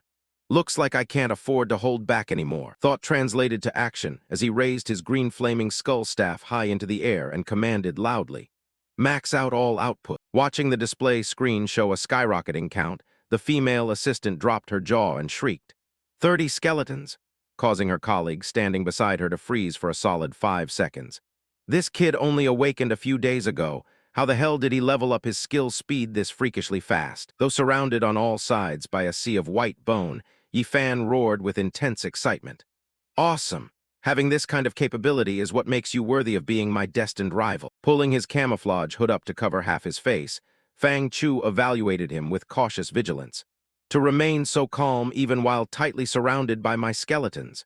This guy Yifan definitely still has some hidden tricks. Just as predicted, the Yi fellow instantly transformed into a green whirlwind, brandishing his scythe to hack the surrounding skulls to pieces with a flurry of brutal moves. No matter how sturdy those white skeleton warriors were, they couldn't withstand the heat, rapidly shattering and turning into swirling clouds of sand on the ground. Yifan's eyes blazed with a green, battle-hungry light as he lunged forward, muttering, "This distance is more than enough to end the match." In the blink of an eye, he closed right in on his target, the surging energy around him acting as though it wanted to swallow the fragile mage whole. He activated his signature ultimate, Shadow Chase, transforming into a shadow that tore through the air and charged straight ahead. The speed of the dash generated an elongated green streak of light, casting an invisible, crushing pressure across the entire arena. Witnessing that scene, Professor Chen sighed and declared, "It's over. Once an assassin successfully closes in, even a god of a mage wouldn't be able to withstand Yifan's attack." While Teacher Lu Hu silently observed without uttering a single word. With a decisive motion, Yifan spun around to deliver his slash, the finishing move known as Vengeful Fierce Strike, right into Fang Chu's center mass. Yet the corners of the fake innocent master's mouth twitched upward into a sly grin as he whispered triumphantly, "The fish has taken the bait, my boy." A gigantic bone shield abruptly erected itself right before him, meeting Yifan's lightning-fast slash with a sharp, metallic clang. Struck backward by the tremendous recoil force from the shield, Yifan widened his eyes in sheer horror and shouted, "What the hell is this? What kind of skill is this?" Staring through the monitoring screen, Professor Chen jumped in startle and yelled, This is a completely brand new skill of the Necromancer class," leaving his assistant dumbfounded and limp-limbed. He independently deduced a brand new skill on his own. This is way too absurd. Fang Chu slowly backed away, casually dropping a taunt. "My bad. You were a bit stronger than I expected, so I had no choice but to use some tactics." The moment he finished speaking, he loosened his grip to let his skull staff drop freely onto the cold, tiled floor. Watching that bizarre action, Professor Chen broke out in a cold sweat, his face pale as he stammered, "What on earth is this trick?" Teacher Lu Hu broke into a sweat as well, clicking his tongue in appreciation. "This kid. His tactical playstyle is genuinely filthy." Right then, Professor Chen pieced it together and yelled with wide eyes. He actually used optical camouflage to blend directly right into the middle of the skeletons. Amidst the dense maze of white bone, Yifan frantically looked around and gnashed his teeth in fury. "Damn it! I completely can't detect where that punk Fang Chu is hiding." Madly swinging his scythe at the minions around him, he roared in frustration, "Fang Chu, if you've got the guts, step out here." However, feeling his stamina rapidly depleting, the demon assassin's eyes burned with a fierce green flame as he gritted his teeth and resolved, "If this drags on any longer, I'm going to get worn down to death. I've got no choice but to use that ultimate move." A massive wave of demonic chi abruptly erupted, shooting straight up into the air and blasting the surrounding skeletons far away. Witnessing that terrifying spectacle, Professor Chen jumped in shock and refused to believe his eyes. How is this possible? At this tier, he's already learned that overpowered skill? Prompting the assistant to nod and explain, "Exactly. Although its cooldown is extremely long, it possesses absurd burst damage and the ability to exit combat status instantly." Floating midair, Yifan's glowing eyes instantly locked onto a corner within the skeleton formation, cheering triumphantly, "Found you? It's that one." Brandishing his dual glowing blade hooks to unleash a fatal finishing strike, the demon executioner roared in excitement, "Fang Chu, take this attack of mine, sky-splitting strike." Pouring every last ounce of remaining strength into the move, Yifan ignited the green flames deep within his eyes to execute the decisive blow. A gigantic green fireball carrying destructive force plunged straight down toward the skeletons looking up from below. A skeleton warrior draped in a camouflage cloak broke out in a cold sweat upon realizing death was calling its name specifically. The lightning-fast slam crashed heavily onto the arena floor, generating a terrifying green explosion alongside the name of the technique. Heaven-splitting slash. As the dust and smoke slowly cleared, Yi Fan panted heavily, staring intently at his target lying flat on the ground. The red-haired youth stood triumphantly over his opponent's body, resting his weapon on his shoulder to proudly declare, "You're strong, but I, Yi Fan, have my own pride and absolutely cannot lose." Putting on the airs of a magnanimous victor, he turned his head to instruct, "Hurry up and call the medical team. I don't want to cause any casualties." Yet outside in the observation room, Professor Chen and his team froze, dropping their jaws in stunned silence. Realizing something was terribly off with the atmosphere, Yi Fan broke out in a cold sweat and mumbled, "Their expressions look so weird. Those aren't the looks meant for a victor." He whipped his head around to look down at the ground, going pale as he blurted out. Beneath the cloak, Fang Chu's figure suddenly smoked and dissolved into nothingness, making him realize the bitter truth with a shock. That wasn't Fang Chu. His brain scrambled to piece the situation together with a convoluted deduction. Mirror camouflage plus double camouflage. He didn't disguise himself as a skeleton. He made a skeleton disguise itself as him disguised as a skeleton. Before he could even process the spectacular trick, he shrieked in panic as a pack of skeletons grabbed tightly onto his legs from behind. Oh no. Fang Chu's actual physical body finally appeared leisurely right behind him, flashing a friendly smile. "Yi Fan, thanks for holding back." Realizing he had walked right into a trap, Yi Fan lowered his head in resignation. "I surrender," as the system simultaneously displayed the result. Fang Chu wins. The red-haired youth gritted his teeth and closed his eyes in utter helplessness. Damn it! That final skill consumed way too much. I don't have an ounce of strength left. Completely exhausted, his body pitched forward, only to be caught by an opposing skeleton holding out a helping hand. Though suffering a painful defeat, he maintained his basic etiquette, wheezing out to the male lead, "Thanks." Fang Chu immediately gave a thumbs up and offered a comforting remark dripping with heavy sarcasm. "Don't mention it. Just consider it my pity for the loser." Being carted away on a stretcher, an outraged Yi Fan hollered back, "You bastard! This defeat is just fuel to make me stronger, you just wait. The underdog always rises someday." Forcing Fang Chu to quickly defend himself. "I was just joking, no need to get all worked up over it." The match concluded as Professor Chen stepped forward to offer praise. "Though I hate to admit it, student Fang Chu, your combat capability has far exceeded my expectations," prompting the male lead to reply calmly, "Professor Chen." The bespectacled professor clapped the male lead on the shoulder and delivered a sharp punchline.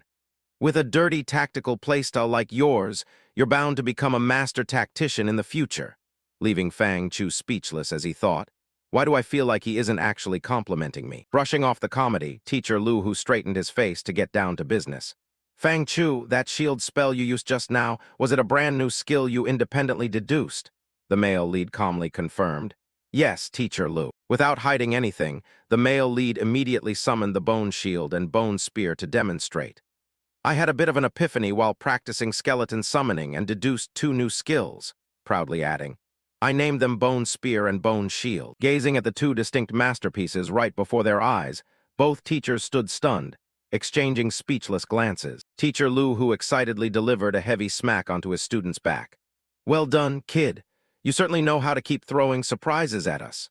Forcing a wobbling, grimacing Fang Chu to plead, "Teacher, please have mercy on my back." Professor Chen turned to propose to his colleague, "Brother Kingshan, since your place is already fully stocked with professional equipment, why don't we test out Fang Chu's new skills right away?" Prompting Teacher Lu Hu to cheerfully agree on the spot. "No problem, I'll go arrange it right now." Hearing the word test, Fang Chu collapsed to the ground with a shudder and wailed, "Teacher, my spiritual power is genuinely bottomed out. I'm afraid I can't test these two skills right now," while the bulky teacher wrapped an arm around his shoulder to comfort him. "Oh, small matter, nothing to worry about at all." An entire crate of oversized potions was hauled out before the male lead, who asked blankly, "Hold on, did you bring an entire crate of beer here?" The cheerful teacher replied, "Spot on, just down it straight from the bottle," while the label on the crate clearly read the truth, mental recovery. Experiencing industrial-grade replenishment for the first time, Fang Chu inverted the bottle to chug it dry as radiant green energy bloomed around him, muttering, "This is the first time I've ever seen anyone drink recovery potions like tap water.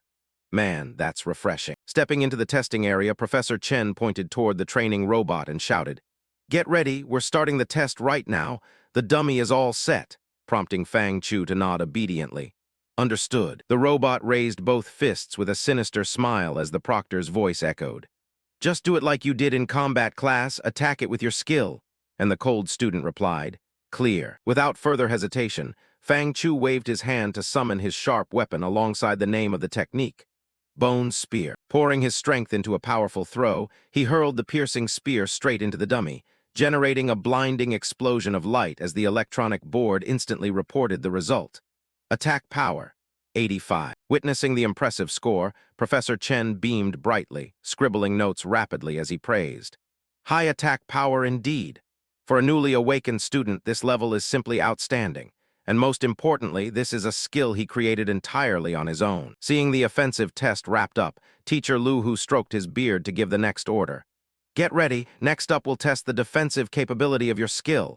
To which the male lead shrugged and answered lightly, sure. Receiving the command, the creepy smiling puppet charged forward at high speed, delivering a 1,000-pound punch straight toward the male lead's face. Faster than lightning, Fang Chu swung the skull shield upward to block the god-awful punch dead in its tracks. Bone Shield. The electronic board instantly calculated and displayed the score. Defense power, 80. Those two glowing scores made Teacher Lu Hu grin from ear to ear, showering his student with praise. Your attack power rivals a storm mage, and your defense is no worse than an earth knight. Overjoyed by discovering such a talent, the teacher unleashed his signature backslapping technique again, nearly knocking the wind out of the male lead. Fang Chu, you were simply born to be a necromancer. The male lead massaged his aching back with a monkey-eating ginger expression as he pleaded, Teacher, could you please stop slapping me? People might start thinking taking hits like this is an easy job. Professor Chen stepped in to rescue his pitiful student, pushing up his glasses to propose. Student Fang Chu, the skills you've deduced are exceptionally brilliant. I suggest you register them at the skill library. Fang Chu rubbed his back and mumbled in curiosity. A skill library. He began rummaging through his memories and system database regarding this luxurious sanctuary. The so-called skill library was a skill collection center established by the Federation, where anyone could trade contribution points to acquire skill. Professor Chen's voice pulled him back to reality alongside a thumb-up gesture. We have an entire branch of the Federation's skill library right inside this research institute. You can access it whenever you like. The male lead smiled brightly and seized the opportunity. Then I'll be troubling you, Professor. Standing before massive wooden double doors, Teacher Lu affectionately lectured his prized student. Once you upload your skills, you can use the contribution points currently in your hands to exchange for whatever skills you need. Fang Chu strode forward confidently. I understand, thanks Teacher Lu. He extended a gloved hand to gently press against the heavy wooden doors, shoving them open to step into the world of knowledge. However, a quiet darkness greeted him instead, leaving the young man to complain blankly. Isn't this supposed to be a skill library? Why is it pitch black in here? The moment the words left his mouth, a system of lights suddenly flickered to life, illuminating a magnificent and antique expanse of knowledge before his eyes. Gazing up at the towering, gold-gleaming bookshelves, the male lead couldn't help marveling in awe. As expected of the Federation's skill library, he walked along the corridors, gently stroking the magical book spines as he muttered with keen interest.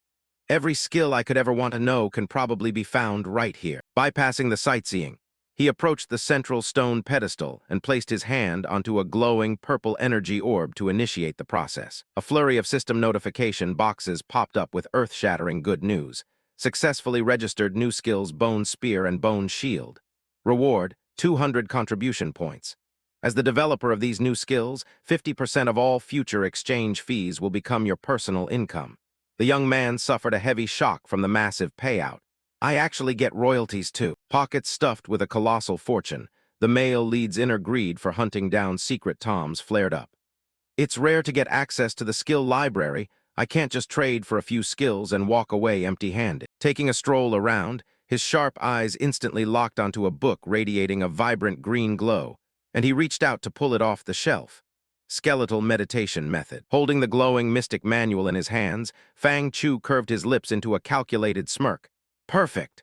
I'll use these skills as a base to generate even more skill deductions, while the system interface simultaneously displayed his current balance. Soul power available for skill deduction, 100 points. Standing amid the vast space, Fang Chu suddenly received a system prompt. Skill available for upgrade, skeletal meditation method. Consume soul power to upgrade. Without needing much thought, he waved his hand to press the selection button decisively. Yes, instantly, a wave of green halo enveloped his body, prompting him to marvel.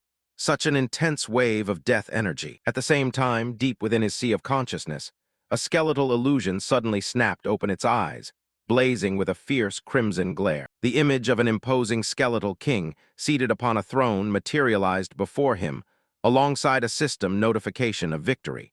Skeletal meditation method successfully upgraded. That bony king slowly extended a mysterious magic book, leaving Fang Chu to murmur in curiosity. This is. Staring at the floating magic book before him, the male protagonist pointed at himself blankly and asked, "For me." Without waiting for his consent, the book automatically sprang open, releasing thousands of sparkling magic characters that fluttered and dove straight into his body. After absorbing all the essence, the image of an imposing skeletal monarch materialized behind Fang Chu alongside the grand technique name, Sovereign Skeletal Meditation Method. Clenching his fist with satisfaction, the male lead muttered to himself that this bit of power wasn't wasted at all as he read the system notification. Sovereign Skeletal Meditation Method, an upgraded version of the skeletal meditation method, increasing meditation speed by 100% compared to the original and empowering all necrometric skills. Not only speeding up level grinding, but also boosting skill intensity, proving that this soul power was truly not wasted. However, he quickly tapped his chin in calculation and realized a harsh truth. No matter how powerful a skill was, it still required a corresponding amount of mental power to execute. And during his previous battle with Yi Fan, his mental power had nearly been completely drained. Strolling through the library, he breathed a sigh of relief and decided to go buy an energy-pumping skill right away, figuring that since he still had plenty of contribution points, he could exchange them for a skill that enhanced mental power. Pausing in front of a bookshelf, he stylishly pointed at his target to check out. "I choose calm and collected," accompanied by a fund deduction notification flashing clearly. Fang Chu has consumed 20 contribution points, skill successfully exchanged. He contentedly flipped through the Mystic Manual and reviewed the utility of his newly acquired ultimate. This skill provided a passive trait that boosted the mental power recovery speed of magic casters, and if used actively, it would instantly restore a certain amount of mental power. Greeting a teasing system prompt, he smirked at the high learning difficulty and pressed yes without hesitation. The only drawback of calm and collected is its extremely high learning difficulty, but for me, that's not an obstacle at all. Learnable skill material detected. Consume 10 points of soul power to accelerate the comprehension process. As expected, money could move ghosts, as a flurry of magic halos immediately wrapped around his body, alongside a joyful system notification. The calm and collected skill has reached the mastery stage. Clenching his hand as power surged through it, he smiled proudly in praise. "Awesome, my mental power recovery speed has clearly increased." Armed with his new skill set, Fang Chu grew overly confident to the point of making a bold claim.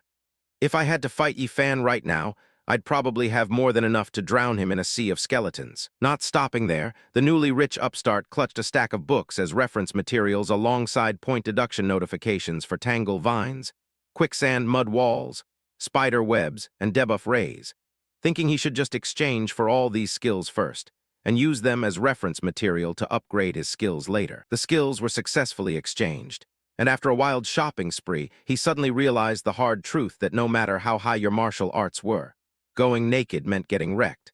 So skills alone weren't enough.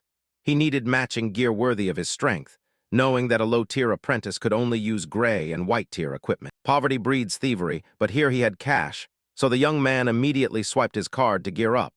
Fang Chu has consumed 40 contribution points, equipment successfully exchanged. Dressed in total market trash, Fang Chu adjusted his brim to transform into a budget mage, though his aura remained off the charts thanks to a series of notifications.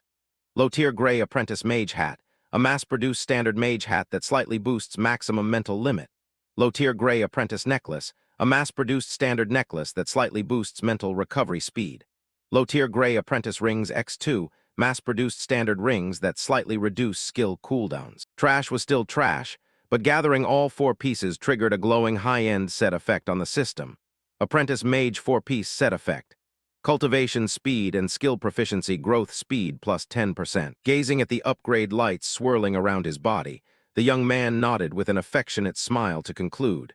Not bad. This stuff will help me level up even faster. Standing in the library and reviewing his lengthy stat sheet, Fang Chu praised it with a murmur. This trip yielded a pretty massive harvest. The Federation's skill library is truly extraordinary. Name, Fang Chu. Class, apprentice rank lower tier necromancer. Stats, strength. 1.5 agility, 1.3 physique, 1.3 spirit, 2.5 status. Soul separation, equipment, apprentice mage 4-piece set. Skills, skeletal meditation method, mastered. Skeleton summoning, mastered. Bone spear, proficient. Bone shield, proficient. Calm and collected, novice. Suddenly his cool skeletal avatar dashed out in a flash, catching the male lead's attention. Breaking out in a cold sweat, Fang Chu clicked his tongue as he realized he almost forgot his minion. Almost forgot, my boy. My skeleton avatar needs corresponding skills too. Without stinginess in investing in his own crew, he hauled out 3 crucial secret manuals and tossed them to his disciple along with a deduction notice. Weapon mastery, parry, and roar were absolute must-have skills for his skeleton avatar. Fang Chu has consumed 30 contribution points, skills successfully exchanged. Clutching the final secret manual, the fake tycoon Fang Chu began to sweat upon seeing his wallet bottom out, frantically racking his brain for another sweet gig. The skill library is amazing, but it's definitely not friendly to my contribution points at all. I wonder if I can find another sweet job like being a sparring partner. Just as he stepped out into the area marked with the Demon Hunter Research Team sign, he bumped right into Professor Chen, who asked with curiosity, "How is it? Managed to swing learning any new skills?" Prompting Fang Chu to lift his chin and brag. "Yeah, I hauled in a massive harvest this time." Just as he was feeling proud, an aggrieved roar echoed from behind to interrupt his thoughts. "Fang Chu, I refuse to accept that defeat." A battle-hungry Yi Fan stood on the platform and tossed a recovery potion straight at the male lead with a challenge. "Drink this potion. Earlier I only lost because I didn't understand your tactics. This time I'll beat you at max speed." Making Fang Chu catch the bottle effortlessly and offer a sarcastic smile. "Are you sure you want to challenge me right now? I literally just upgraded my skills, you know." Brushing off the advice, the red-haired youth gritted his teeth and affirmed with blazing eyes. "I, Yi Fan, will never submit to anyone. This time I'll use my full strength to defeat you." Spotting a self-delivered profit opportunity, Teacher Lu chimed in to charge a fee. "This counts as an extra training session, so the student will have to pay me extra contribution points," while Professor Chen shoved the responsibility onto the debtor. "Well, as long as he agrees. After all, he's the one who will have to pay back that point balance later anyway." Refusing to drink it, Fang Chu tossed the bottle back to his opponent with a provocative smile. "Then bring it on. You keep the potion, you might be the one needing it later." Making a furious Yi Fan growl, "You." Driven to boiling rage, the red-haired youth erupted with green flames enveloping his entire body and charged forward with a roar. Fang Chu. The scenery darkened as a green beam of light, carrying an ultimate technique, tore through the air from above with overwhelming killing intent. Apocalyptic strike. Observing from the sidelines, Professor Chen and Teacher Lu broke into a cold sweat as they analyzed the situation. He opened with his ultimate right off the bat. Yi Fan's combat instincts are pretty sharp. A fast and decisive fight is his only chance to win. A tense atmosphere blanketed the room as the teacher muttered with high focus, "I wonder how Fang Chu will counter with his new skills." Contrary to everyone's anxiety, the male protagonist leisurely raised a single finger to the sky as a gigantic green magic circle, filled with glowing runes, instantly lit up beneath his feet. Witnessing the familiar summoning scene, the pretty assistant blurted out in confusion, "Is he still just using skeleton summoning?" But with his seasoned eyes, the bearded Teacher Lu changed expression and broke out in a cold sweat as he yelled, "No, wait." The glowing ring grew increasingly brilliant, revealing a dense swarm of ghostly skeletons that made Teacher Lu gasp in horror at the sheer quantity. Dozens of white bone warriors rumbled up from the earth, forming an imposing pillar that pierced the sky amid the panicked exclamation of the onlooker.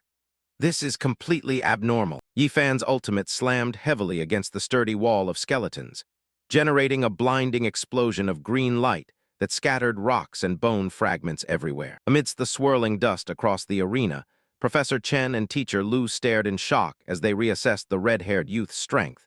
His power is even greater than before. That punk Yi Fan actually comprehended and upgraded his skills right during our previous match. Right at that moment, Fang Chu strolled forward casually, Not bad, the destructive power behind this attack was noticeably stronger than before, while keeping his hands tucked casually in his pockets and smiling with hidden meaning.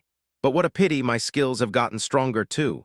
Just a tiny bit, making Yi Fan jump in shock and roar, "Fang Chu!" Before he could finish, the red-haired youth broke out in a cold sweat of terror as he realized the surrounding skeletons were all simultaneously pointing their sharp spear tips right at him. So instead of a heroic duel, the Yi fellow got mercilessly swarmed and gang-beaten by the horde of dry bones, clutching his head in desperate pleas. No, not the face. The match concluded with Yi Fan lying flat on the floor as Professor Chen clutched his forehead and sighed an announcement. Today's training session ends here, while Teacher Lu chimed in with desolation. Well, Yi Fan probably won't be able to train for the next week. Waiting until the victim was hauled away on a stretcher, Professor Chen turned to ask the male lead seriously. By the way, are you really not planning to set up a necromancer research group? To which Fang Chu instantly and decisively refused. Nope, thanks anyway, Professor. Recalling his sky-shattering secrets, the young man broke out in a cold sweat inwardly. If they researched me and figured out I had a system, that would be unimaginably troublesome. At the same time, in another corner of the skill library, a beautiful girl stepped into the central stone pedestal and noticed an unusual change. Placing her hand onto the magic orb, the girl widened her eyes in shock, asking herself if the new necromancer skills had genuinely been added to the database. Without hesitation, she swiped her card to check out instantly as a system notification popped up. Su Xinhuan has consumed 20 contribution points. Skill successfully exchanged. Flipping through the pages of the manual, Su Xinhuan read along while struggling to hide her awe. Bone spear, bone shield. I never imagined bone-type magic could be used this way. Whoever developed these skills is definitely an absolute genius. Having scored a treasure, the excited girl hugged the book tightly and hurried off to show off. I have to go tell my dad about this. Around the same time, inside the principal's office, Professor Chen slammed the desk in persistent plea. Principal, I have to resubmit my application to add Fang Chu to the seed list. And the bearded teacher Lu nodded in endorsement. That's right, I can even pledge my honor to vouch for him. The white-haired principal calmly sipped his tea and frowned in reprimand. Old Chen, why are you following along with this nonsense? Even though that necromancer is doing very well right now, in the future he won't have enough skills to learn and keep up with his tier. Refusing to give up, Professor Chen raised his voice to retort, giving his old friend a physical shock. He's literally already independently deduced 2 necromancer skills by himself. Hurriedly wiping his mouth, the principal recovered his dignified composure to salvage some face. Comprehending new skills is nothing special. What matters is the effectiveness of those skills, prompting Teacher Lu to quickly jump in to report. His skill intensity is. Right then, the office door flew open as Su Xinhuan rushed in to interrupt with an excited tone. Dad, 2 brand-new necromancer skills just appeared in the skill library. Hearing his precious daughter say that, the principal winced blankly and asked, Necromancer skills. To prove it, right in the middle of the room she cast the 2 glowing green skills as an illustration. I've only briefly studied them, and although I haven't fully mastered them yet, their effectiveness is truly phenomenal. Witnessing the palpable power right before his eyes, the principal froze with sweat beading on his forehead while his daughter curiously asked, Dad, do you know who developed these skills? Yeah, I. Without letting her father finish his sentence, Su Xinhuan's eyes sparkled with starry ambition as she harbored a grand dream. I want to become that person's student. The principal stared up at the ceiling and let out a helpless sigh, directly pouring a bucket of cold water over his daughter. Xinhuan, I'm afraid you won't be able to do that, making her pout in confusion. Why not? Returning to the practical classroom, the valid reason was explained through the principal's echoing voice. Because he was still just a student. Back in the classroom, Fang Chu was dozing off peacefully when he was jolted awake by a provocative voice. My destined rival, get out here and fight me.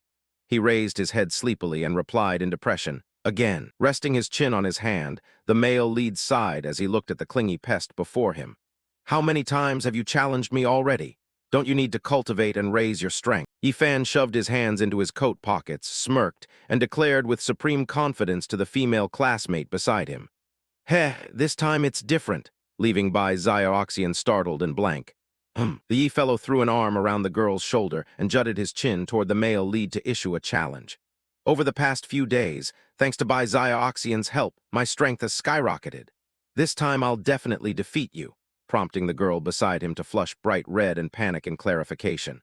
I literally begged you on my knees in public, okay? I only agreed to avoid causing any misunderstandings. Brushing past the comedy act, Fang Chu blinked in curiosity. Helped you raise your strength? Bai Zioxian crossed her arms, puffed out her chest, and bragged proudly. That's right, while sleeping a few days ago, I comprehended a super useful support skill called Ballad. She cheerfully explained its miraculous utility further. It boosts mental power recovery speed while simultaneously enhancing the effectiveness of meditation or training. Seeing his teammates steal the spotlight, Yifan slammed the desk to interrupt with an aggrieved yet determined expression. However, this skill can only be used 3 times a day. I had to spend 2 contribution points a week just to secure this opportunity. Watching the overly enthusiastic debtor, Fang Chu sighed helplessly inwardly. Is this guy planning to spend the rest of his life just grinding to pay off debts? While the red-haired youth slammed the desk to urge him.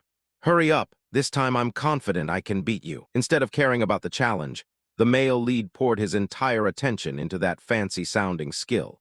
But if it enhances meditation and training efficiency, I wonder if it works on my skeleton avatar. Action followed thought as he lunged forward, grabbing Bai Zioxian by the shoulders with terrifying enthusiasm. Zioxian, can you sell me your last ballad usage for today? Prompting the blushing, flustered girl to nod obediently. I guess so. While the Yi fellow roared in frustration at being left out. Hey, don't just ghost me. Without bothering to acknowledge the loser, Fang Chu waved his hand to cast a spell and summon his minion to clean house. Skeleton summoning. Leaving a pack of skeletons to surround Yifan, Boss Fang casually assigned the task. You just go play with these bones first. Remember to transfer the contribution points to me when you're done, making the red-haired youth grit his teeth and curse.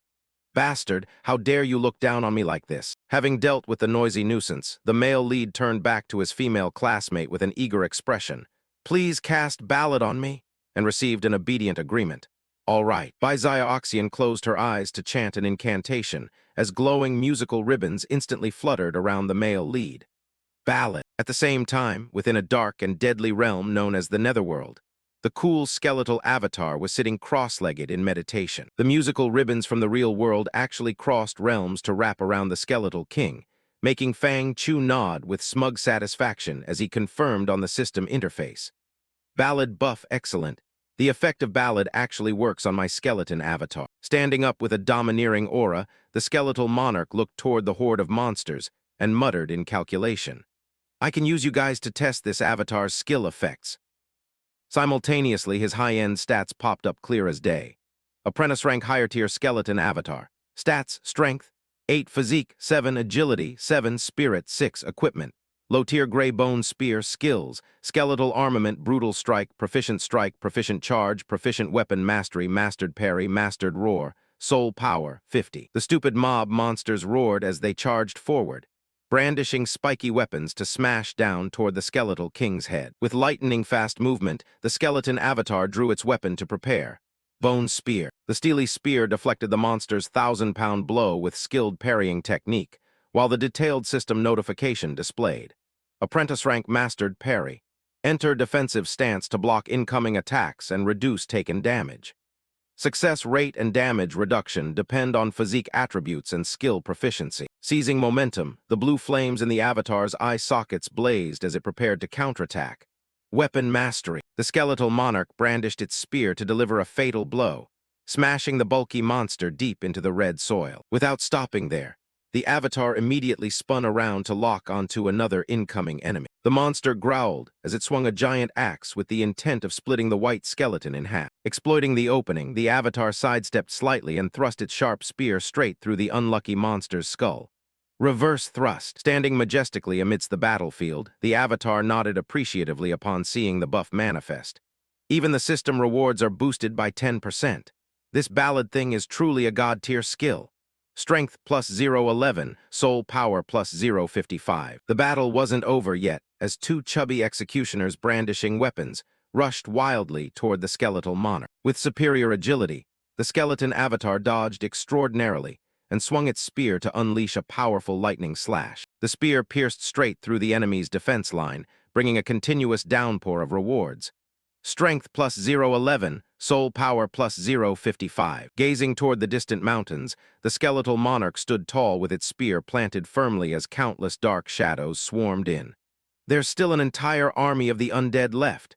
In that case, igniting all the death chi within its body, the avatar spread its arms wide to issue a wildly domineering provocation.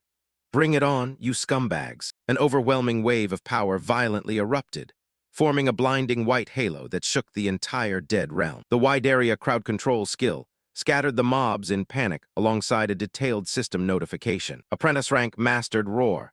Roar with imposing momentum to temporarily boost physique and agility attributes. Duration and boost scale depend on strength attributes and skill proficiency. Burning with fierce momentum, the avatar turned into a genuine slaughter machine, charging straight into the enemy ranks and mowing them down like grass. Strength plus 0.11, soul power plus 0.55. Fighting harder by the minute, the green flames burned as high as a torch, while the skeletal monarch threw its head back to roar. I can still become even stronger. Amidst the frenzy of slaughter, the avatar abruptly halted, raising its blazing eyes to gaze at the cracking red sky. The sky fractured wide open, revealing a terrifying anomaly that made even the monarch drop its jaw in its skeletal mouth. What the hell is this? From the spatial rift, a gigantic bone greatsword carrying dazzling blue light plunged straight down toward the earth. The silhouette of a skeletal angel with evil wings ruled the skies, crushing everything around it, and making the skeleton avatar break out in a cold sweat of terror. A skeletal angel? A boss is actually dropping straight into the novice zone. The skeletal angel swooped down from the sky, brandishing its gigantic greatsword to slash straight toward the skeleton avatar. The greatsword slammed hard into the ground as the avatar sidestepped to dodge. It ducked behind a boulder as darkness constantly converged around its body. If I take that hit head-on, I'm definitely dead. Gazing at the giant greatsword planted in the ground, the skeleton avatar sprang up into a leap. If defense is completely useless, then I'll take the offensive. The avatar's eyes blazed with intense blue light as it activated roar while channeling power into its bone spear, charging straight up into midair. Eat this. The skeleton avatar roared, using an armor-piercing stance to thrust hard into the skeletal angel's shoulder. A green energy symbol flashed, Brutal Strike. Activating Brutal Strike. The avatar continued roaring as it repeatedly brandished its spear to attack the skeletal angel with powerful blows. Facing the continuous string of attacks, the skeletal angel's massive body was pushed backward, leaving the skeleton avatar to watch warily.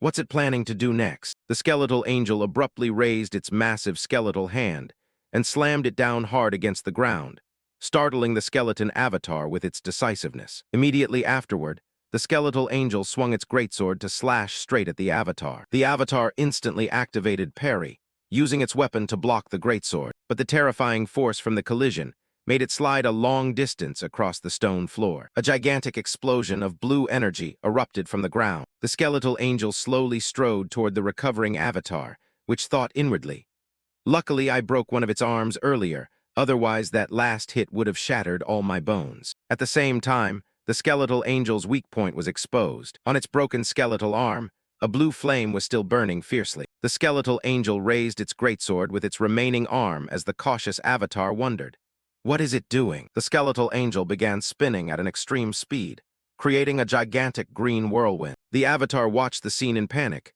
Oh no, the skeletal angel kept spinning, generating a terrifying whirlwind of green energy. Witnessing a centrifugal force strong enough to crush a mountain, the skeleton avatar instantly understood.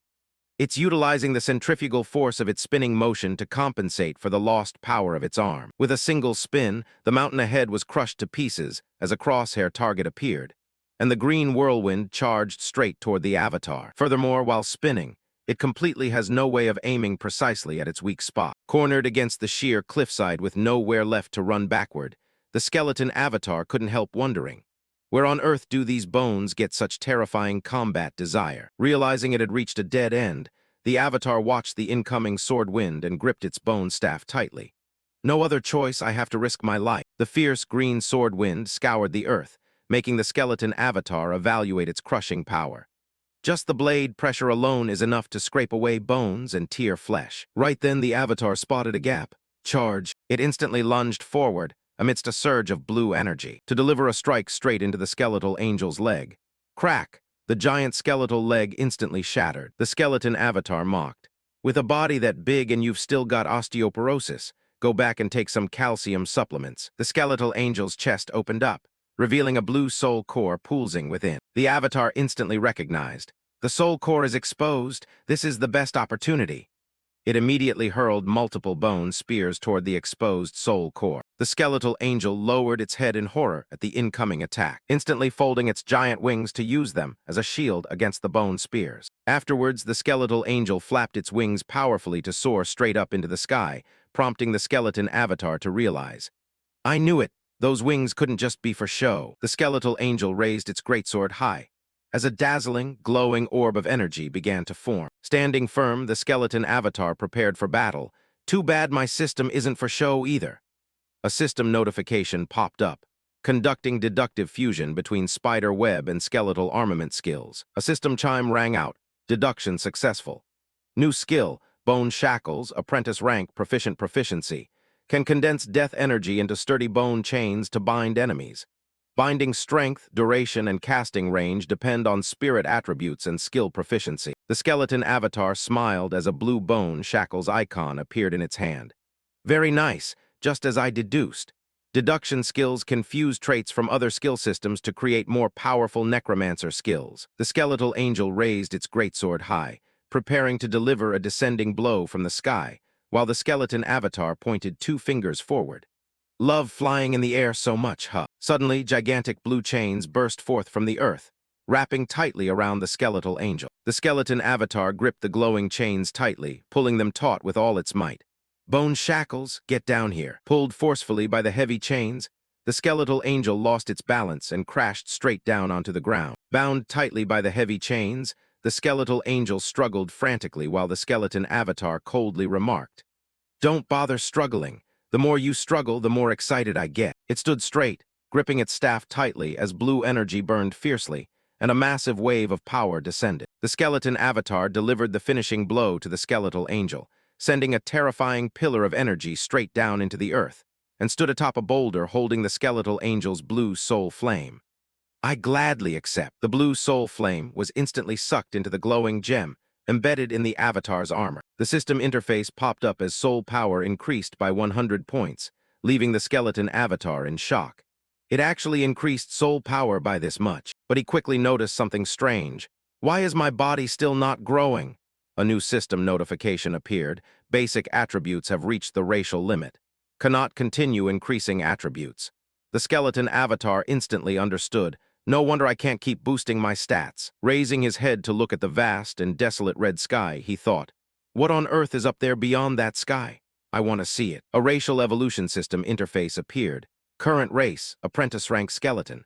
Evolution option, black iron rank skeleton warrior. Estimated consumption, 100 points of soul power.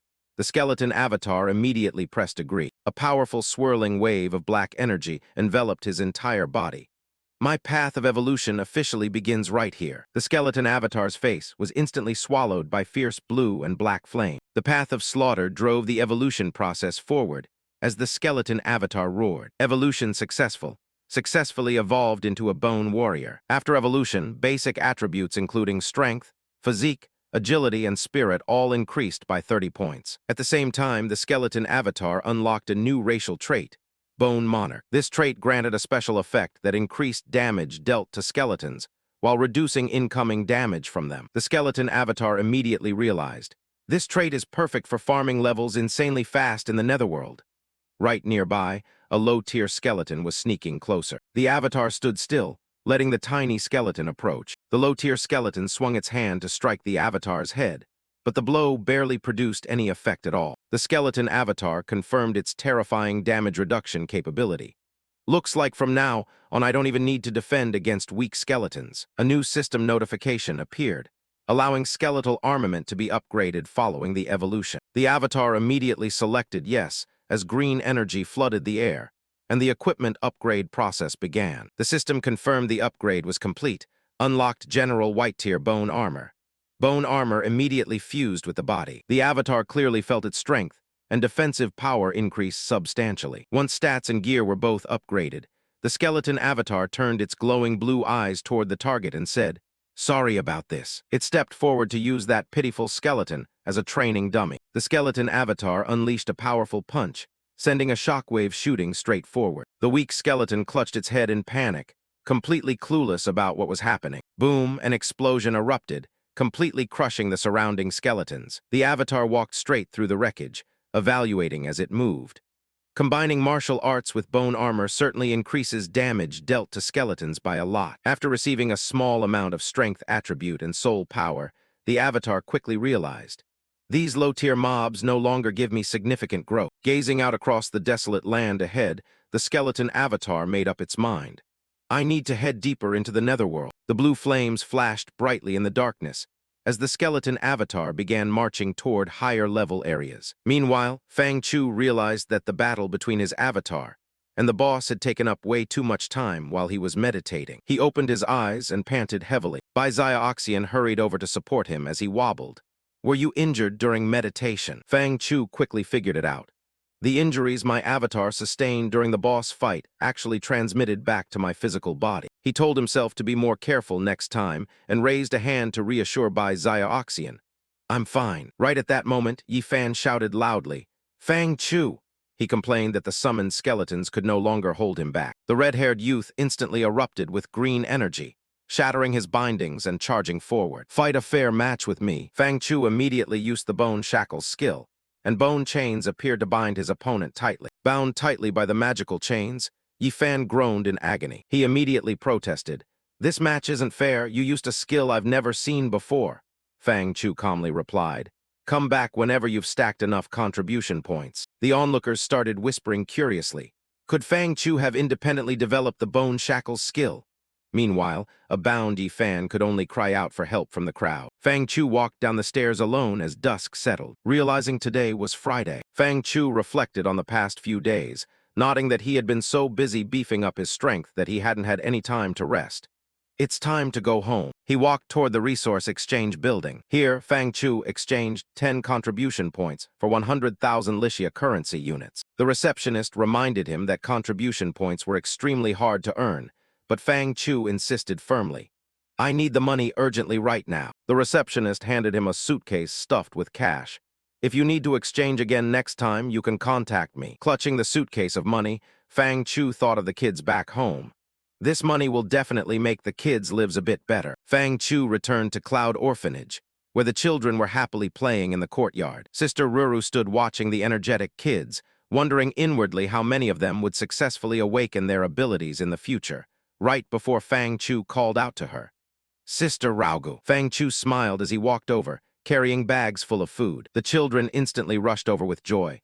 Big brother Fang Chu, are there tasty treats? Fang Chu reassured them with a smile. Enough for everyone, don't worry. Sister Raugu asked about the results of Fang Chu's awakening test. Fang Chu answered honestly, I awakened as a necromancer. Sister Raugu comforted him gently. As long as the awakening is successful, that's what matters. The class doesn't matter. Hearing the conversation nearby, one child said in fear, Necromancer sounds so scary, while another cheered.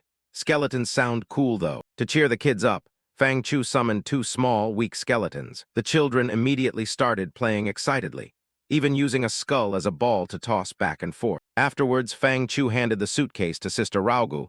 Give this to the director. But right at that moment, Fang Chu and Sister Raugu simultaneously sensed an unusual presence. A shady-looking man wearing a gold chain walked up with a sneer. Am I interrupting anything? Outside Cloud Orphanage, a group of shady thugs had gathered. Anyone could tell they meant trouble. Sister Raugu stepped forward. Why are you guys here so early? You clearly said it would be a few days. The thug bluntly shoved Sister Raugu to the ground. Nobody is allowed to delay Tiger Claw Gang's debt payments. Standing over her, he roared angrily. Today is the final deadline. If you don't pay up right now, the orphanage land used as collateral belongs to our gang. The thug laughed out loud. A little girl quietly ran over to Sister Raugu's side. Suddenly, the little girl lunged straight at the thug. I'm the world's #1 troublemaker. I'll protect Sister Raugu. The thug got angry and moved to kick the little girl as Sister Raugu panicked and screamed.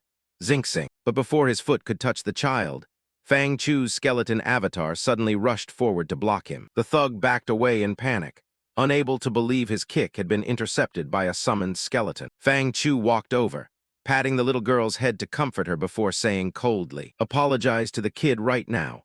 Otherwise, you guys will face the consequences. A lackey whispered into the boss's ear. Boss, this guy is just a necromancer. A ferocious-looking martial artist named Lu instantly flared his aura, throwing a punch that crushed the skeleton avatar in a single blow. Trash! Just a garbage class and you're trying to act tough. Fang Chu didn't even blink, looking calmly at his opponent. Is this guy a professional? Walking beside Sister Raugu, Fang Chu asked, Who are these people? Sister Raugu explained that they belonged to the Tiger Claw Training Equipment Company, who originally came under the guise of selling training gear for the kids. In a flashback, the children were shown using training equipment, as Sister Raugu recounted how she and the director had to borrow money to buy the gear early because they didn't want the kids to fall behind. But later they realized the company's entire business model was just a front for an illegal high-interest loan shark ring. Compound interest made the debt balloon until it became impossible to pay off, and Sister Raugu bit her lip anxiously. Fang Chu instantly flew into a rage. Why did you hide such a big thing from me? The debt collector stepped forward and pointed straight at Fang Chu. Kid, don't meddle in adult business. A poor kid like you surely can't just casually pull out 100,000 Lixia currency. Before he could finish speaking, Fang Chu hurled the suitcase full of money right into his face. Catch! The thug scrambled to catch the suitcase midair. Fang Chu stepped forward. This is 100,000. Take the money and get lost. Sister Raugu was completely dumbfounded, having no idea where Fang Chu got such a huge sum of money. The thug opened the suitcase to inspect it. Real money? He immediately called his boss over to confirm. Boss, look at this. The boss tossed the suitcase straight down onto the ground. Shut up, all of you. He gnashed his teeth and confessed. My boss wants this exact piece of orphanage land. 100,000 is just pocket change. He pointed his cane straight at Fang Chu, who simply scoffed. The debt is fully paid. What else do you want? The boss held up 5 fingers in front of Fang Chu. Delayed payment increased the total amount to 500,000. Sister Raugu panicked. 500,000! But Fang Chu remained calm, quickly realizing these people never intended to accept the money in the first place. They just wanted to pick a fight. The boss admitted it flat out. So what if we did? Why do you think a bunch of orphans deserve to occupy land in such a prime location? The Tiger Claw gang members swarmed into the orphanage grounds together, weapons in hand, preparing for a forced takeover of the orphanage land. Fang Chu merely smiled indifferently. Want to bully others with sheer numbers? He casually summoned a group of skeletons. Gloomy Death Chi instantly blanketed the courtyard, as the blonde thug started breaking out in a cold sweat. A squad of armored skeleton warriors materialized in front of Fang Chu. Behind him, a gigantic skeletal warrior stood towering like a mountain as Fang Chu spoke calmly. Face the consequences. A skeleton stepped right up to the blonde thug, startling him. The blonde thug still tried to act tough. Necromancer is the weakest class. Anyone can crush a skeleton summoned by a newbie. The thugs immediately barged into the orphanage grounds, shouting as they charged. Get out of the way, brats scram. A little girl curled up in terror on the ground. Save me. Fang Chu finally lost patience as dark chi flared around his body. Spread out. The thugs laughed out loud, thinking this would be an easy win. They blindly threw themselves into the skeleton formation, as one thug swung a spiked club with all his might against a skeleton warrior. But the skeleton warrior's eye sockets merely flared with green flames as it took 0 damage. Right afterwards, the skeleton warrior swung its giant blade, swish, and the thug was sent flying like a torn doll. Blood splattered everywhere as the thug screamed in agony when his hand was sliced off, completely terrified by the skeleton's monstrous power. While a skeleton warrior even gently used its hand to cover a child's eyes so she wouldn't have to see the bloody spectacle. Observing from outside, the club-wielding thug couldn't comprehend it. He's just a student. Why are his summoned skeletons this strong? Assuming necromancers had fragile bodies and couldn't handle close combat, he lunged forward, unleashing an all-out strike with the intent of crushing Fang Chu's bones. Sister Raugu screamed in panic. Fang Chu, get out of the way!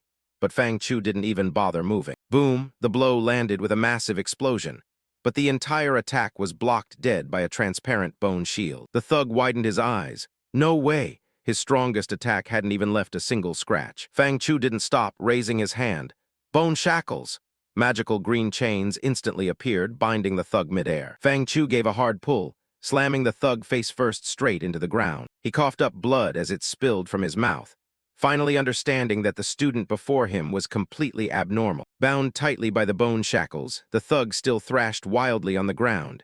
I'll kill you. Before he could finish his sentence, Two gigantic skeleton avatars appeared behind him, locking two massive saw blades tightly around his neck. Standing atop his opponent with glowing blue eyes and continuously radiating dark chi, Fang Chu delivered a cold ultimatum: kneel and apologize, or else.